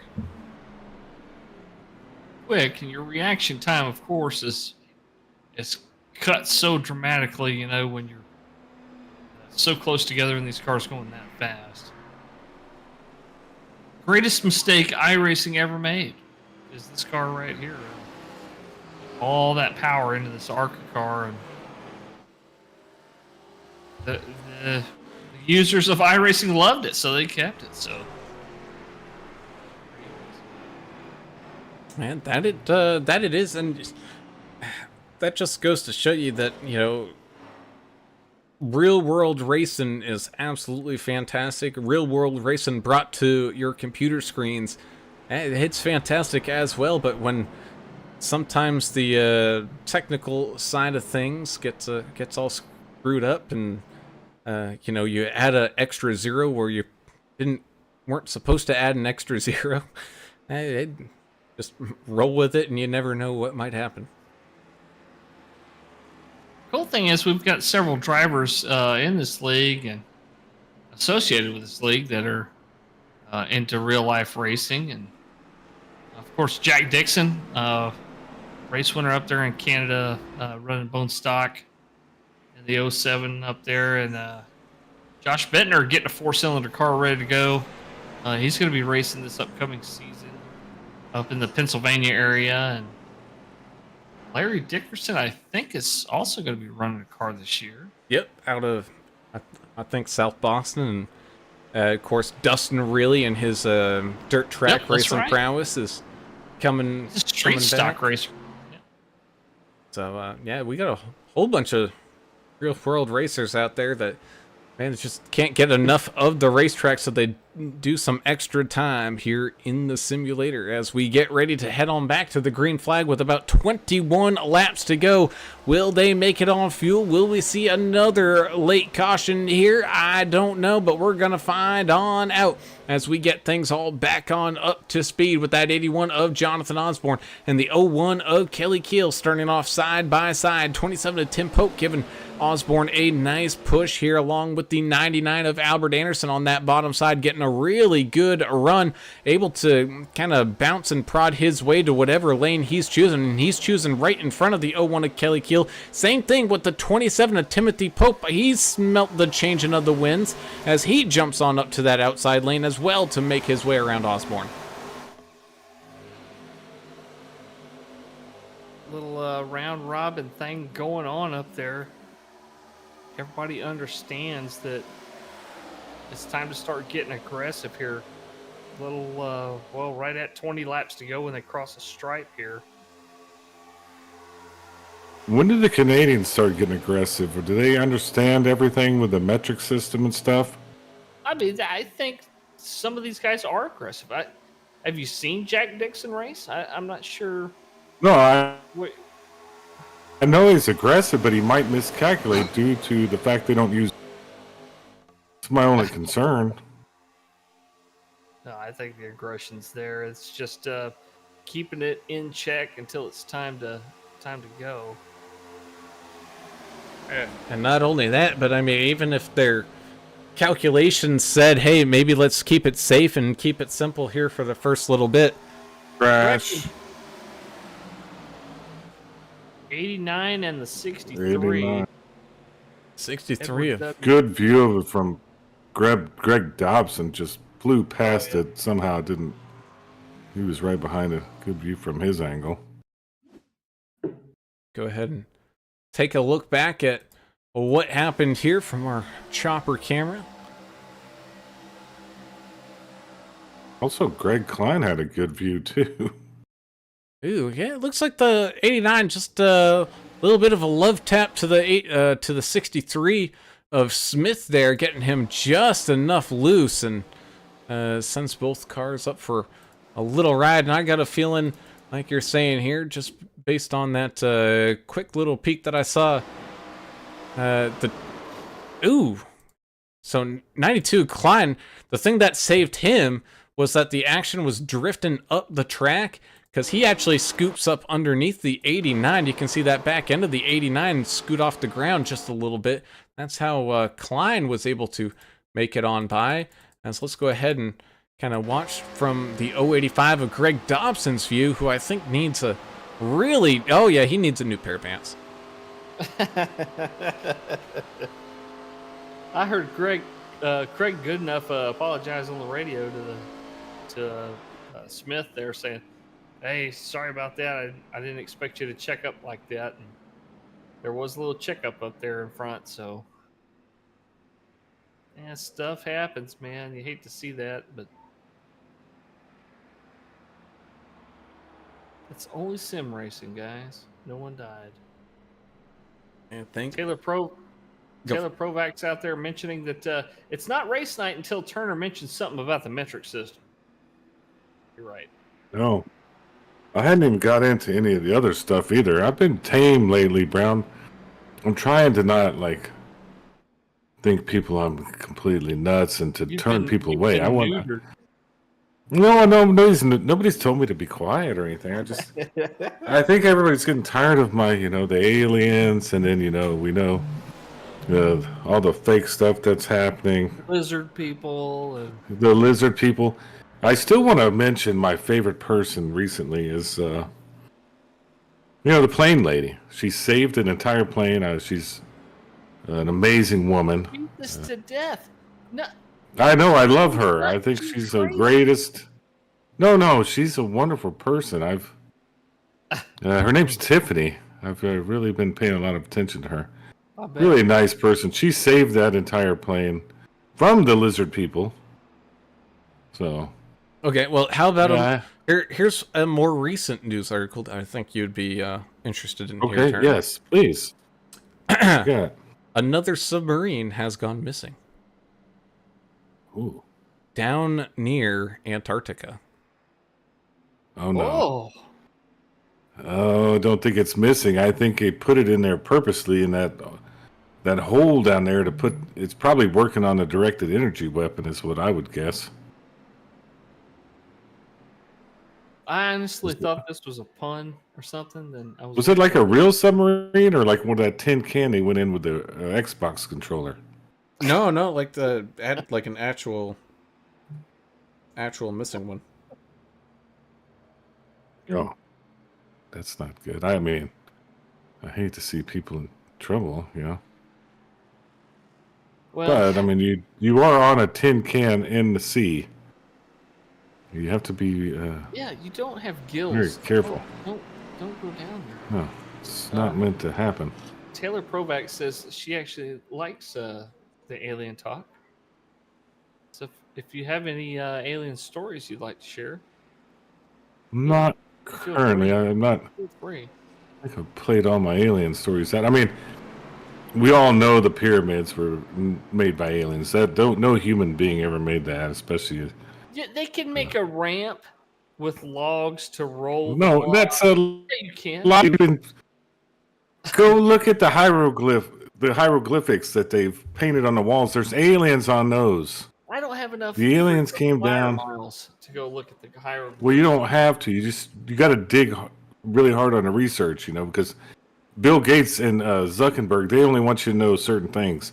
Like if you Google something, you have to side Google it, Because if you like straight up ask Google, hey, did aliens build pyramids? It's going to give you all this, paintings and stuff. You have to really dig hard. You got to open your mind, do some real research.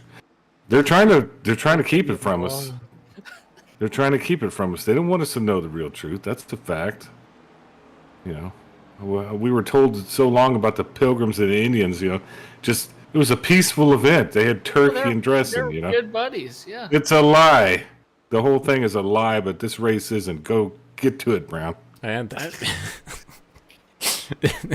That indeed is the pace car gets down and out of the way here once again with 16 laps to go. Green flag racing once again with the 01 of Kelly Keel and the 27 of Tim Pope side by side. 33 of Jess Vaught helping out his teammate there in the 01 machine. 99 of Albert Anderson trying to push that 27 on up here, up at the front as well. 81 Jonathan Osborne, 55 Ricky Wittenberg side by side with the 3 and the 43 locked into some side by side there. Got the 07, 72, 18, 187, the 10 machine. Andrew Cawthon having a crazy run as here we go. Get everybody fighting for whatever positions that they can as Greg Klein's internet fails him, unfortunately, once again tonight.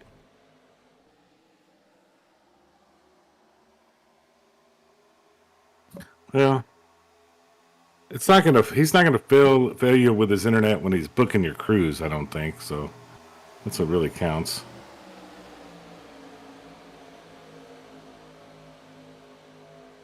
As the side-by-side action continues on here with the 27 and the 01 locked into that heated battle here up at the front. Everyone kind of remaining calm. I think they're waiting to see who makes the first move before all chaos ensues here with 15 laps left to go.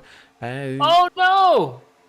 72. 72 got lifted up in the rear end. Anger from Chandler Paul. Anger, it's finally here. Who did he holler at right there? He was mad. I don't know.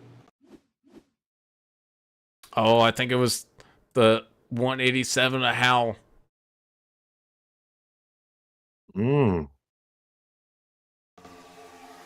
Oh, yeah, he I was apologizing for the checkup. Just getting into the back of the 72 there to send him on a little bit of a wild ride. And then, I mean, there was a checkup. I mean, Scott Howell didn't have anywhere to go. and even the 82 of Mike Everidge feeling the aftershocks from that one up against that outside wall, spending a little bit of time up there, getting a little bit of damage. The good news is for the 72, though, it didn't look like he experienced too much damage, so he'll be able to get things all wrangled back up together. And again, time is starting to run out, but there is still some time left. Craig Goodenough was in a similar position with another car here earlier where there was a checkup in front of him, and he didn't have anywhere to go and got into the back of who was it? Was it Kelly Kill who got in the back of? I can't remember now.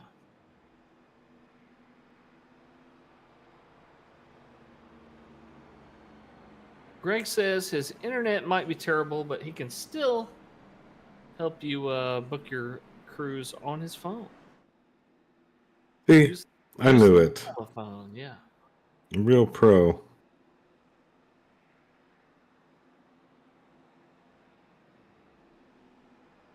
But that's the current missing sub there, Turner, had no one on board. Oh, then it's not a sub. It's some kind of a sub. No, so it's a submersible. Well, It's a drone. that's what sub stands for. Well, I thought it was a submarine as if it had people. Well, in it is. It was under remote guidance at the time.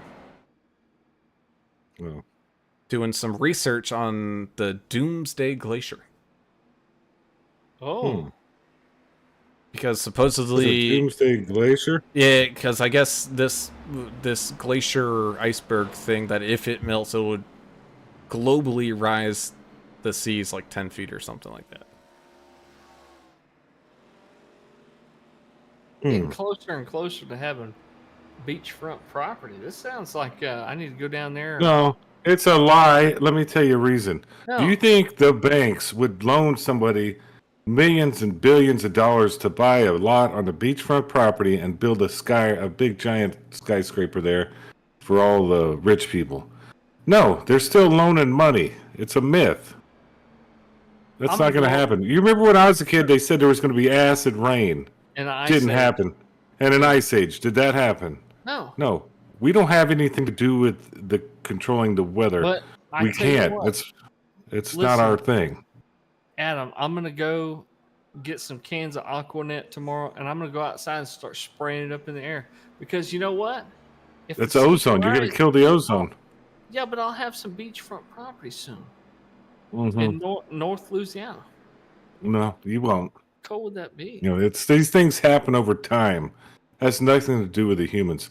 Although these clowns do try to seed the clouds with the. You seen the planes with the contrails? Yes, they're poisoning us with those. That's a whole That's nother water- thing. That's water vapor. No, it's not. Yes, it is. They're trying to get us. Do you know how jet what they're- engines work? No, they're not going to.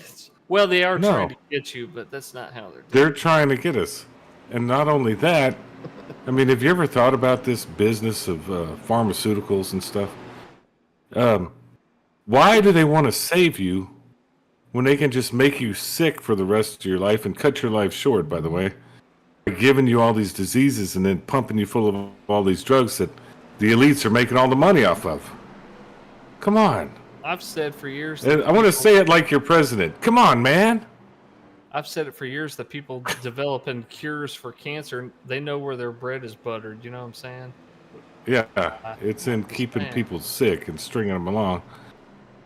But anyway, we were having a fun race, but Yeah, when we you got- start to get over like 6 crashes, we start getting wild. Okay, I'm not gonna lie. Yeah. That's when I start letting loose. Brown, I think that's our limit. Is 6 crashes. After that, it's a free All for bets all. are off. Well, when this green flag drops here once again, all bets are going to be off indeed, as the 27 of Tim Pope, 99 Albert Anderson going to start things off side by side. 01 Achille Keel, 81 Jonathan Osborne up right behind them. Jess Vaught, John Curtis, Ricky Wittenberg, Andrew Player, Jack Dixon, and Austin Paul all make up your current top 10, but don't just think they're the only ones in it with a shot. John Gallagher, Andrew Cawthon, Dustin Eaton, Edson Ochoa, Jacob Young, David Fight, Sean McDonald, basically everybody who's still on the lead lap back to Earl Evans in 26 has a shot to pick up the win here tonight, as here we go. Green flag racing here once again as the 99 gets a great jump on that restart and able to get on almost out in front of that 27 of Tim Pope. 81 Jonathan Osborne trying to give him a little bit of assistance, but not gonna be in time as they make their way into the corner, and that bottom line just picks up that momentum so well here in these corners. So the 99 Anderson's gonna have to regroup before making up another charge here as the field locks in side by side. Racing action with 11 laps to go down the back straightaway here at iRacing Super Speedway.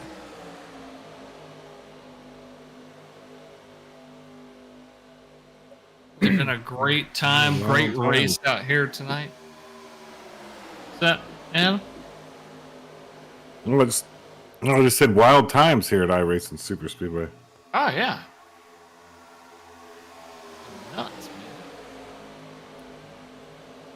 So the side-by-side slipping and sliding action continues on. Let's go ahead and take a ride here with that one of David Fight, who's got all the action happening right in front of his windshield here. You can see everybody bobbing and weaving, trying to pick whatever lane that they can, as we got some takers, and here we go. Gonna start going 3 wide here once again. The guys understanding that time is now limited. And look who's coming up on that far outside lane as well. 29 of Dave Mayberry. Been keeping it quiet all night long. Well, he's starting to bob and weave and make some moves of his own as he flies up against the outside rail, trying to make his way on up to his teammates up here, up towards the front.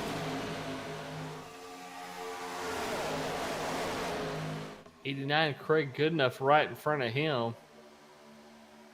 See if they can form a little chain here and get some good drafting action happening in that high line.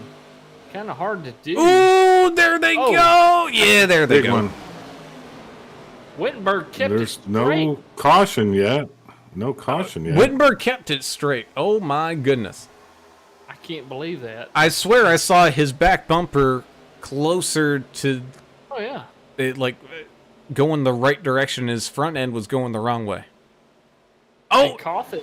there he goes. It was, I don't know if he lost steering or something down on the apron, but came back up on the track and got a door stopped wedge there. That's what he said. He said his car would not turn at all.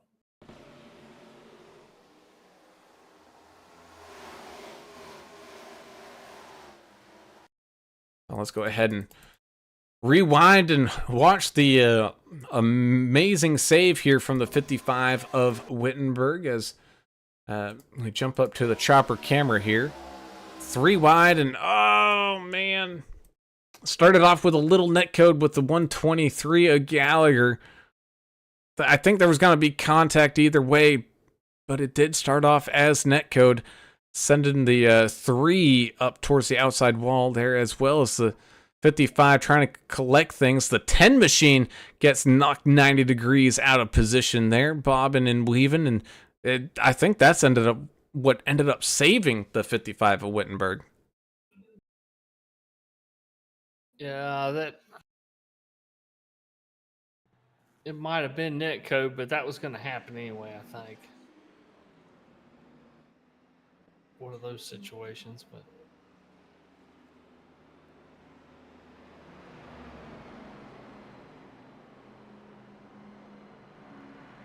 well, how many guys are we going to have come down pits this time? We're going to have anybody come down for fuel, or are we close enough to the end where everybody's good and everybody's going to conserve track position here? I don't know if everybody's good per se. I think at best everybody is close, but no one wants to give up that track position. Especially if we have a green-white checker, which we do have one available. You know, of course, that's going to could add up to 3 or 4 laps.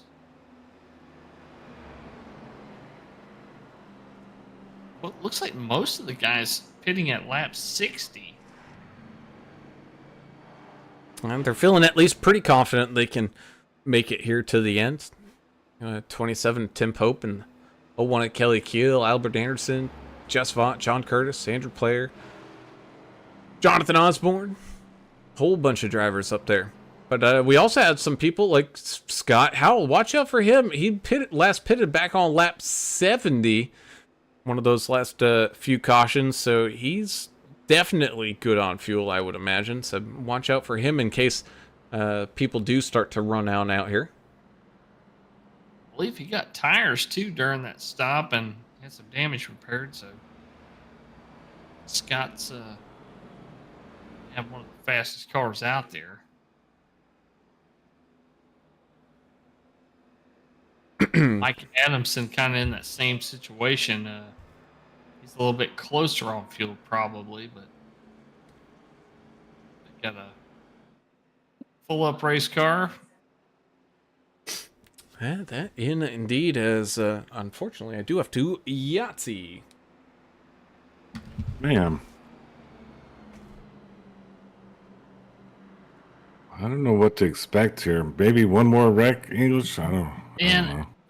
It depends, man. It's really kind of hard to gauge how aggressive these guys are going to be here on the last little stretch. This is an 83 lap race. We're at lap we just started 78, so these guys are going to restart start of 79. So yeah, it's like 4 laps to go, 5 laps to go. Yeah, man. Oh, It's going to be a short little shootout, so you know how these go, man. It's going to be 3 or 4 wide, 5 or 6 deep, and then we're going to have a big one, and then we'll reset. It's just hard to predict who's going to win the thing, Yeah, it's impossible to predict. I mean, we've all been in those races. The only pay race I was ever in that I did decent at was at Talladega, and I was in 7th on the restart, I was in 7th coming out of turn 4, and I won the race. It's one of those things where What? if you're on the lead lap Yeah, I was at 7th coming out of turn 4, and I won the race. And I think iRacing super speedway is like that as well. So you can pretty much anybody can win, is what you're saying. Oh yeah, Even you. yeah. I am not good at this at all. Yeah.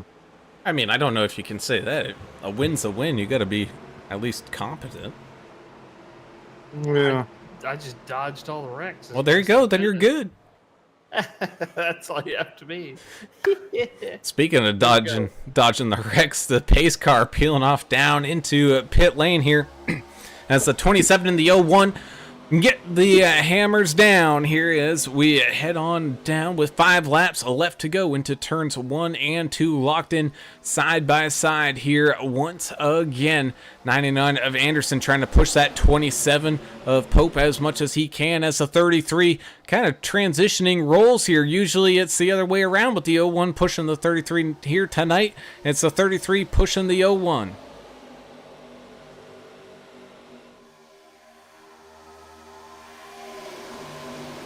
Everybody's still locked into their positions. Again, I think people are just waiting for someone else to make that first move. Who's going to try to risk it for the biscuit first? I don't know who. Everybody looking nice and racy here as it's still side by side anybody's race. Dave Mayberry popping his head out on the way to the far outside lane, taking it 3 wide. Here with the 3 machine, or excuse me, is that the 3? Looks like an 8. Oh, it's the 8. Ochoa with a little bit of a different scheme here tonight than what I'm used to. But yeah, Mayberry trying to catch on up to his teammates here. He's picking up some of those positions. He's got some help as well as up at the front. Things go 3 wide. Got the 43 of John Curtis, 07 of Jack Dixon. Jack Dixon splitting it up 4 wide here before it quickly settles back down to 3 wide. Crazy how we can say that it settled down to 3 wide as things are winding on down. One of David Fight up there in the middle, kind of getting boxed in. He's got to be careful here, otherwise his moves are going to be limited, but he is leaving a little bit of room there between himself and the 33 as he's pushing that 01. 07 of Jack Dixon up against that far outside lane, just continuing to charge and push and do whatever he can here as it's side by side with the 07, the 01, and the 27 locked into a heated battle, battling for this lead. And here comes the 43 with a big push, getting that 07 out in front. 3 and 4 wide all over the track here, but the story is the front couple of rows here. Oh, David Fight's wrecking. Oh, and this is going to be a huge one. Oh, my goodness. The 187 upside down for quite a while. Andrew Cawthon came on the radio and said, "I'm sorry, that was all my fault." Cawthon feels terrible about that, but wow, what a wreck. As we go ahead and rewind this one on back, let's go ahead and find where the 10 of Andrew Cawthon is. Let me make sure I'm on the correct caution here. There it is. There's the correct caution. As we jump on up to the chopper camera to see what happened here. As it was getting kind of split up into some 4 wide there, and the 10 with a just a run trying to bob and weave his way through some of the traffic as Albert Anderson escaping with his life on this one. The 1 gets turned sideways, 187 getting turned. And just look at that pile up. 13 getting airborne, 72 launching some people. Oh my goodness. South Texas Border Sports out there pulling for Young and Ochoa out there tonight. 17 getting caught up in that one. Yeah.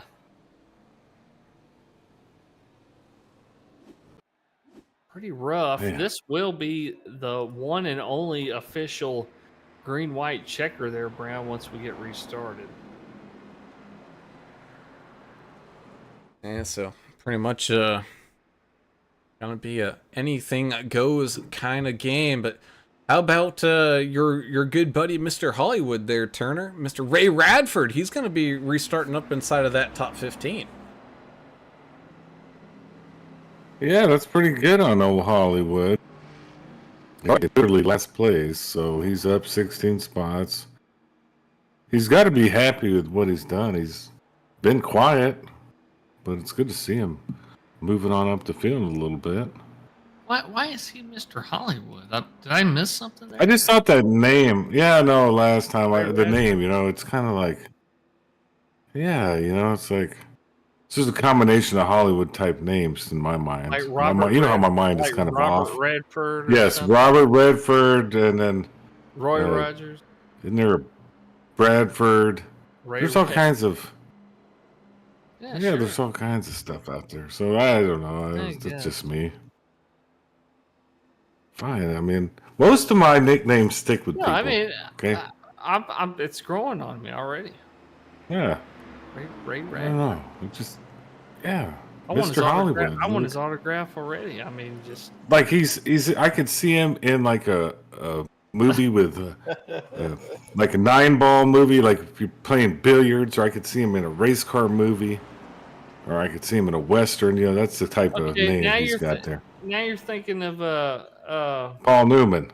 Paul Newman. Yeah, Yeah, but it's kind of race it's got the cars, same playing kind pool. of sound to it. I guess. Let me have it. I mean, I am. I have it. what was the diabetes guy? What was his name? Wilford The Brimley. guy. Yeah, see, it's got that same tone.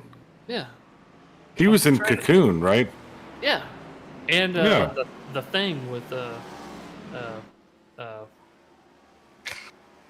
Thing, like The the Thing, first one.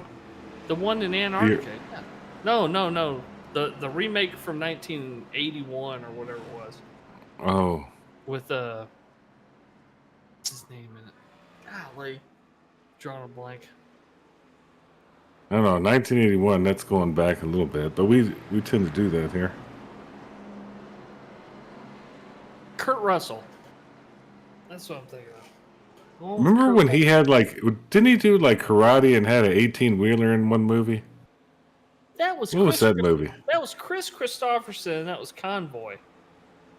No, but there was another one with Kurt Russell, Chris Christopherson. Oh man! That was Convoy, man. I'll tell you, you want to talk about movies, and I mean, like cars are always iconic with movies. Sure. Any which way but loose, that truck that Clint Eastwood had, that orangutan that just Yeah. They gave stick the his hand out the window. right turn, Clyde. Yeah. Oh yeah, I love that. That was a good one too. I'd be afraid the orangutan would rip me in half. That he just sitting there and rolled around with him. Well, getting ready to finish this one off here as the pace car peels off down onto pit road one final time here. So buckle up, strap on those drinking helmets, and throw inhibition out the window.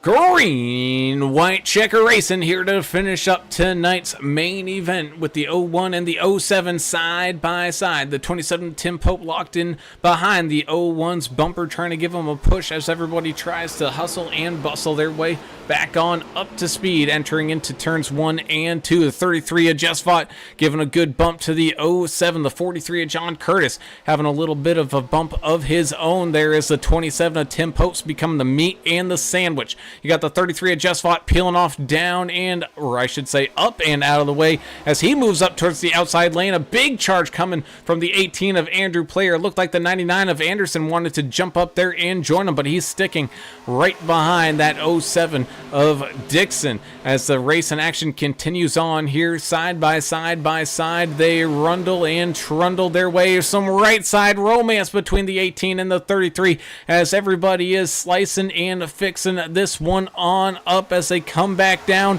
and across the line.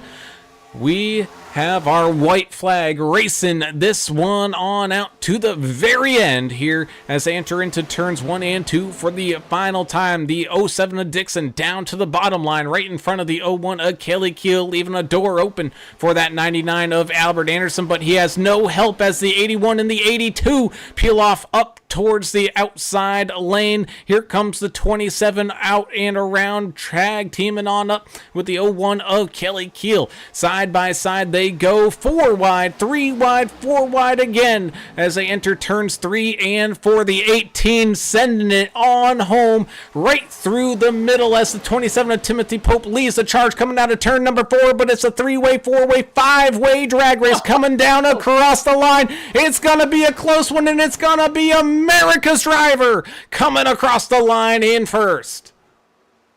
And a huge wreck as they come across the line. What a finish, guys. But they kept it clean, so smooth. That ending was amazing. And look at America's driver. This guy is on fire right now. Wow.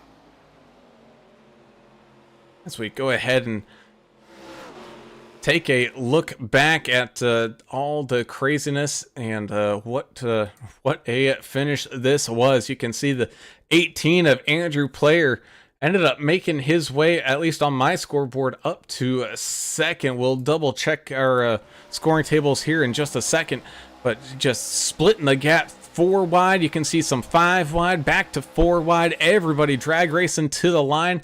And Albert Anderson with a great late move coming out of the corner, picking up as much of a run, noticing that there was no help behind the 27 of Pope, able to drag race his way to victory lane here. And as they were just crossing the line, the 82 squeezing with the 33, squeezing with the 07. And that's where the late accident occurred, but goodness gracious. iRacing official scoring has it Albert Anderson first, Andrew Player second, Jack Dixon in third, just like we suspected. But just double checking, bouncing against what iRacing has.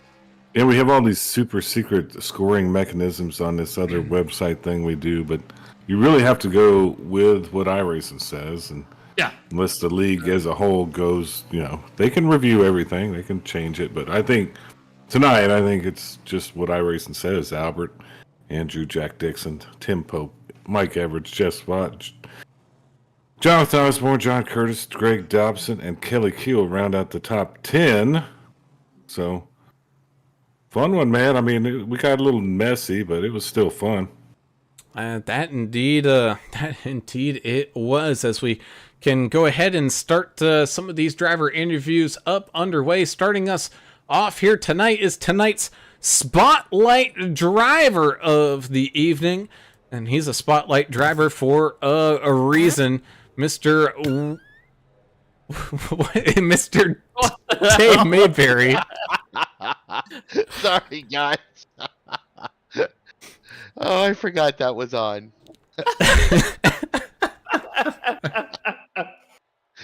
Whenever I enter a Discord channel, it kind of does that.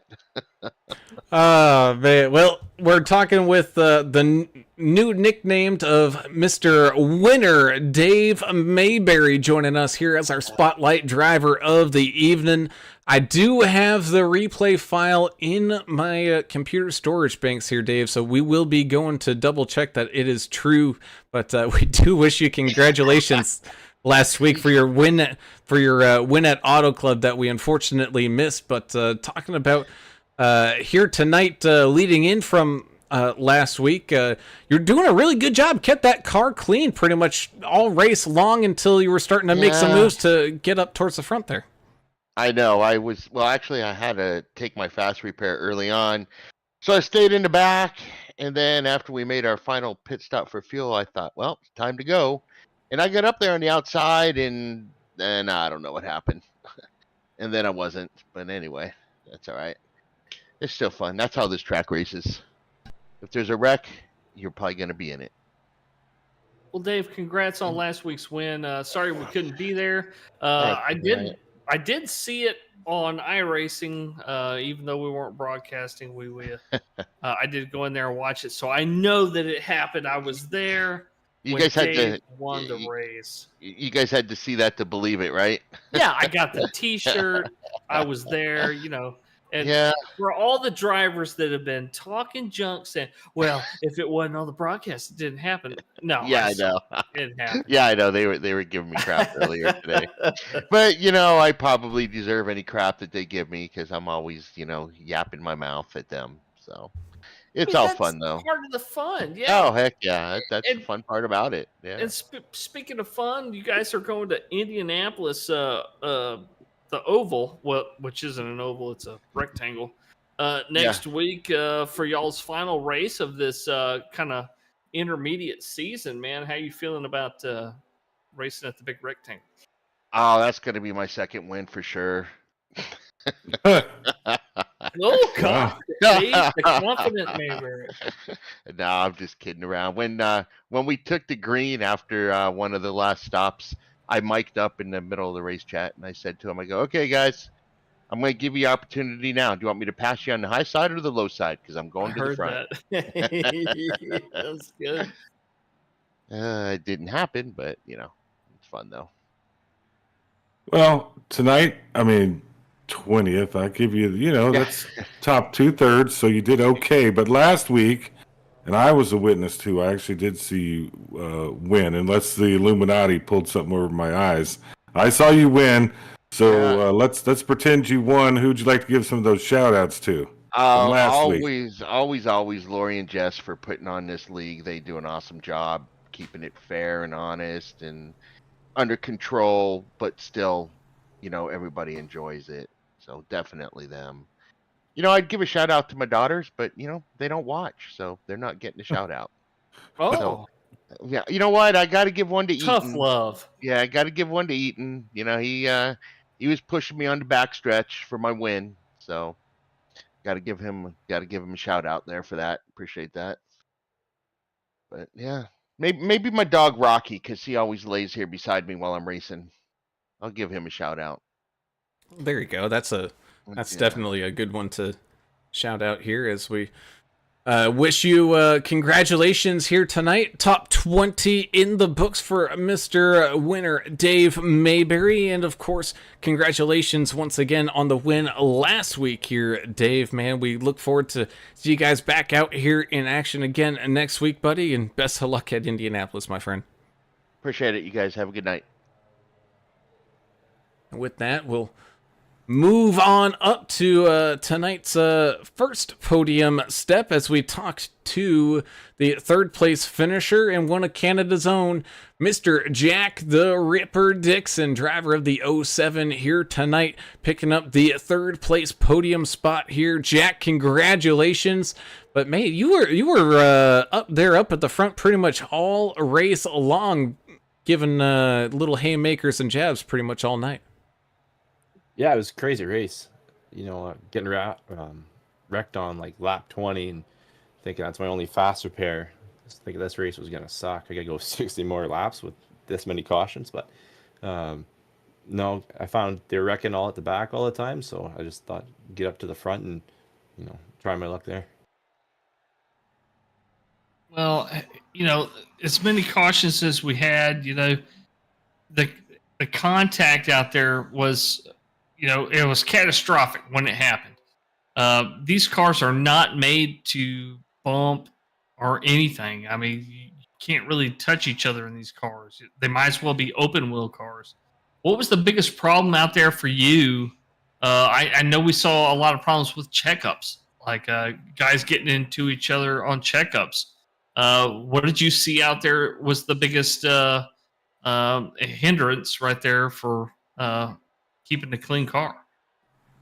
Yeah, it's just there's so much track width at this track, so everybody just thought they were wide open, and the lack of mirrors in cars just made it hard for some guys to see behind them. And when the car in front of them went down, they thought they should go follow them too, but you'd end up cutting somebody's nose off or causing a big checkup. So It's just not being able to see 4 cars in front of you and then stacking up and causing a wreck. But no, it was good all the way up to the end.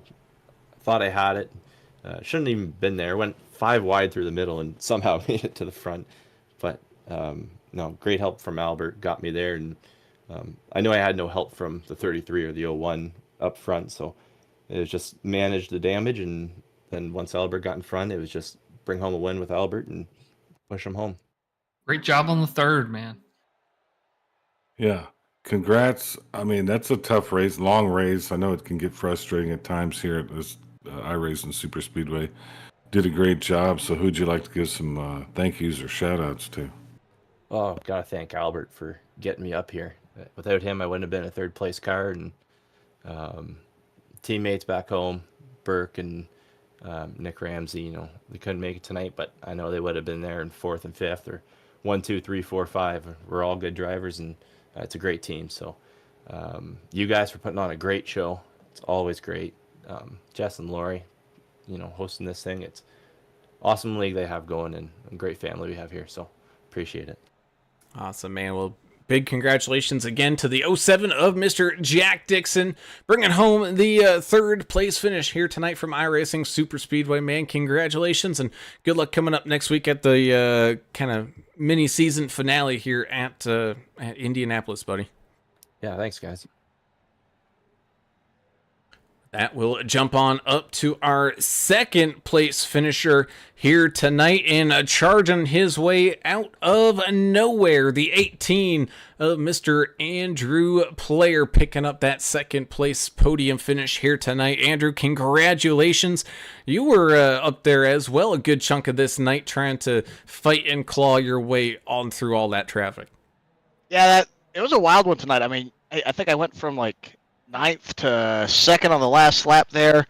Earlier in the race, went from I think 10th up to 1st, and then back to 18th. It was kind of a seesaw yo-yo of a race out here tonight, just back and forth, up and down, and wondered how it was going to shake out and trying to miss the big wreck that you knew was going to come sooner or later. Yeah, the roller coaster night for the 18 Maconi setup shop machine. You got plenty of camera time out there, that's for sure.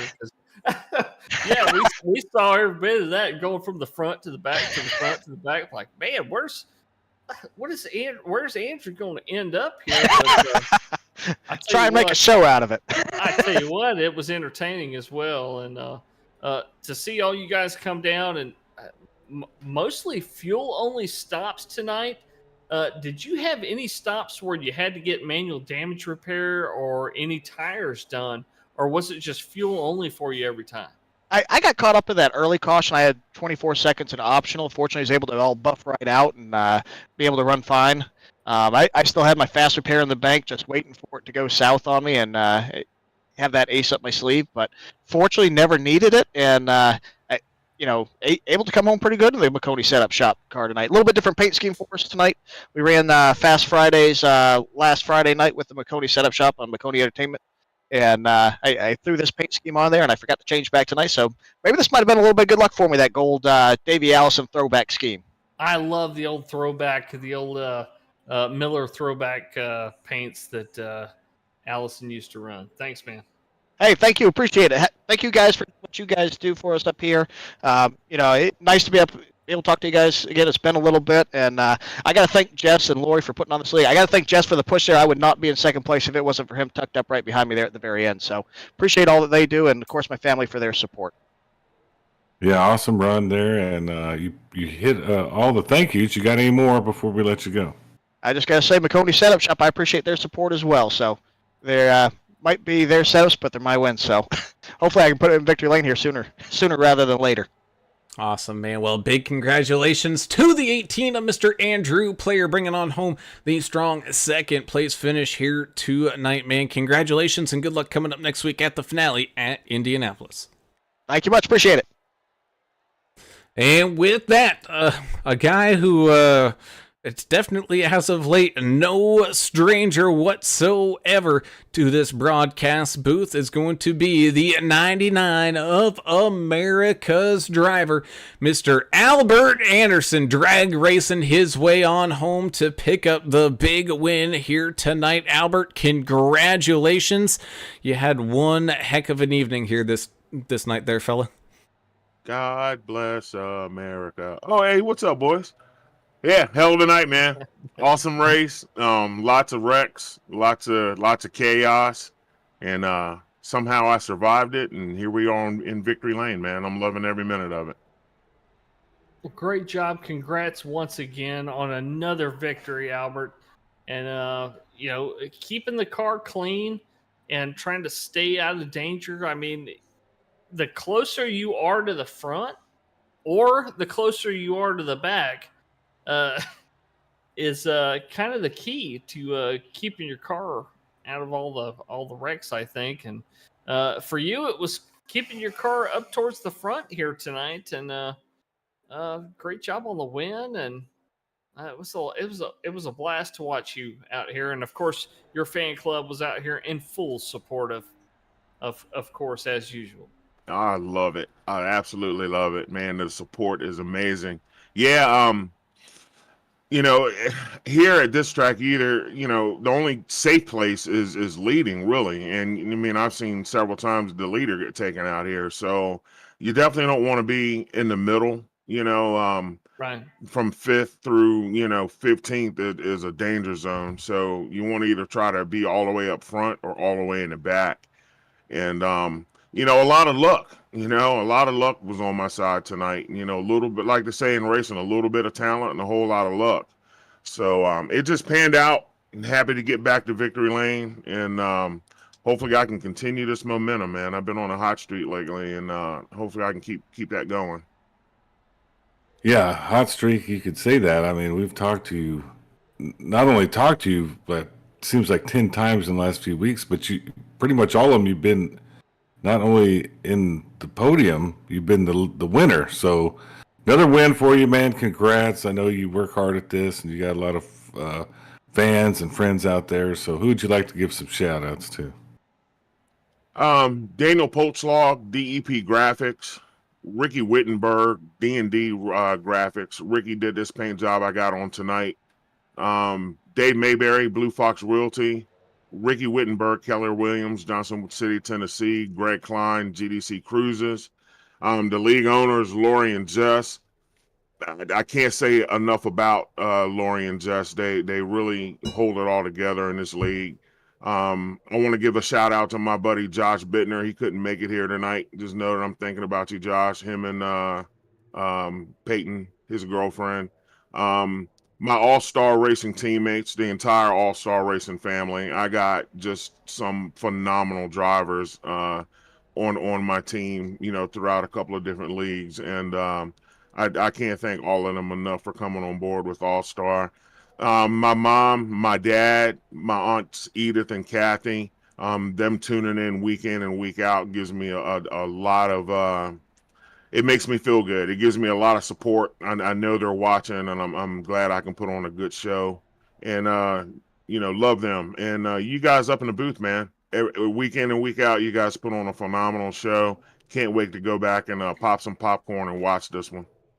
Awesome, man. Well, big congratulations to tonight's big winner, the 99 of America's driver, Albert Anderson, picking up the race win here from iRacing Super Speedway here tonight, man. Congratulations. Definitely go on and celebrate it, and we will see you back again for the finale next week over there at Indianapolis there, buddy. I got another trophy for you, Lori. See you later, babe. Thanks, guys. Man. Nice. Yeah. And that will complete our interviews here tonight. And woo, fellas, did we have a action-packed show for everybody, or what, coming at this crazy 3-mile long racetrack? Tell you what, every body shop within a 100-mile radius of this racetrack loved watching this one, because we saw a lot of sheet metal damaged and suspension damage. We saw every kind of wreck you can imagine. We saw Greg Klein hit the what was the divider wall between the pits and the track at 180 miles an hour. So we probably witnessed some. It should have been deaths out there. Should have been people dying. But Yeah. thank goodness it's just a simulation, and the racing action that we ended up seeing 3, 4, 5 wide was a lot of fun to watch. I'm just glad we did this one here this week. Yeah, the Harbor Freight shelves are. There's no more They're empty. grinder wheels. They're gone. It's over. So, yeah, they did a lot of work on these cars tonight. Crazy race, fun race, man. These guys always put on a show. We're getting ready to end this and get back into the real NASCAR season, which I'm looking forward to. And that indeed. As we wrap things up here for this evening, let's go ahead and tell everybody where their favorite driver ended up finishing here on the evening. And that gets us started with a sneeze that doesn't want to happen. As the 99 of Albert Anderson picks up the race win, with the 18 of Andrew Player coming up close there in second, in the 07 of Jack the Ripper Dixon having a great run there as well, rounding out your podium. You got the 27 of Mr. Timothy Pope having a phenomenal run there towards the end and picking up a 22 positions gained hard charger of the race, 4th place finish for Mr. Pope. You got the 82 of Mike Everidge as well, sneaking up into that top 5. Didn't see a whole lot from the 82, and when we did, it was usually some unfortunate news for him, but he was able to fight through all of that and find his way inside that top 5. 33 of Jess Vaught fought and clawed his way up through the field numerous times here tonight for a top 10 6th place finish. You got the 81 of Jonathan Osborne up there as well, having a good finish up in 7th. Got the 43 of one of Canada's drivers, for Mr. John Curtis, up in 8th, with the 085 Greg Dobson sneaking his way into that top 10 there, up 10 spots into 9th, with the 01 of Kelly Keel fighting back from a lap down to find his way on home here in 10th. Canadian drivers continuing to impress here in this NASCAR series, as Sean McDonald in the 23 machine started on the pole here tonight. He'll finish in 11th here on the lead lap. Edson Ochoa right behind him there in the Ocho machine, finishing in 12th position. The 13th place will belong to Mike Adamson in the 88 machine. Ray Radford in the 47 will finish in 14th place, up a whole bunch of spots. He started way back in the back. Chandler Paul in the 72 will finish in 15th place. 16th will be Andrew Cawthon in the 10. 89, Craig Goodenough dropped 7 spots. He'll end up in 17th place. 18th will be Edward W. Smith in the 63. Austin Paul in the 3 machine. Heartbreak for Austin there. He was leading this thing here there for a little while. Started in 12th. He'll finish in 19th place. And rounding out your top 20, last week's winner and tonight's spotlight driver of the night, Dave Mayberry in the 29. 1, 2, 3, John Gallagher, 21st. Number 1, David Fight, 22nd. 187, Scott D. Howell, 23rd. 24th, the double nickel, 55, Ricky Wittenberg. 14, Dustin with a Y, Dustin Eaton, 25th. 26th, Jacob Young in that 17 machine. 13, Earl Evans, sponsored, not sponsored, AAA machine. Ended up 27th. Deion Jones in the 4. 28th, Kyle Vaught, rough night for him, 6th. In the 16 machine, ended up 29th. And Greg Klein sunk tonight, but he's not going to sink when he gets you a cruise. That's most likely not going to sink. It's not the Titanic days anymore.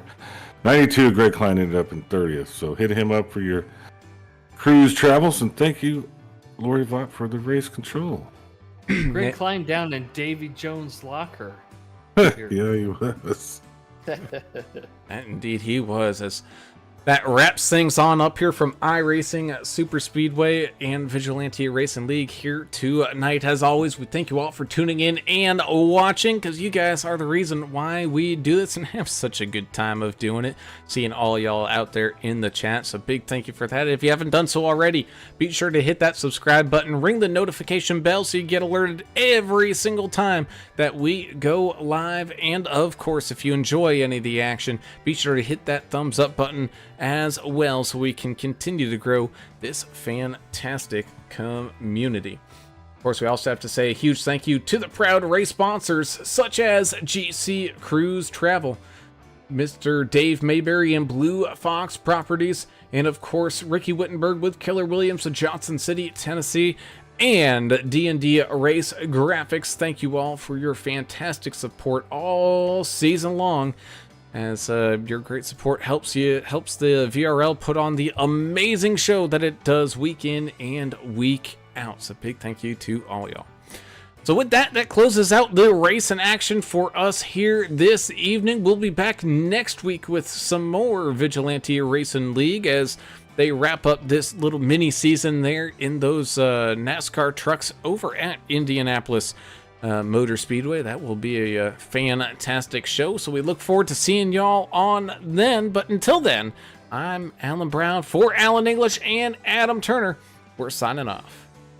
We on. See ya.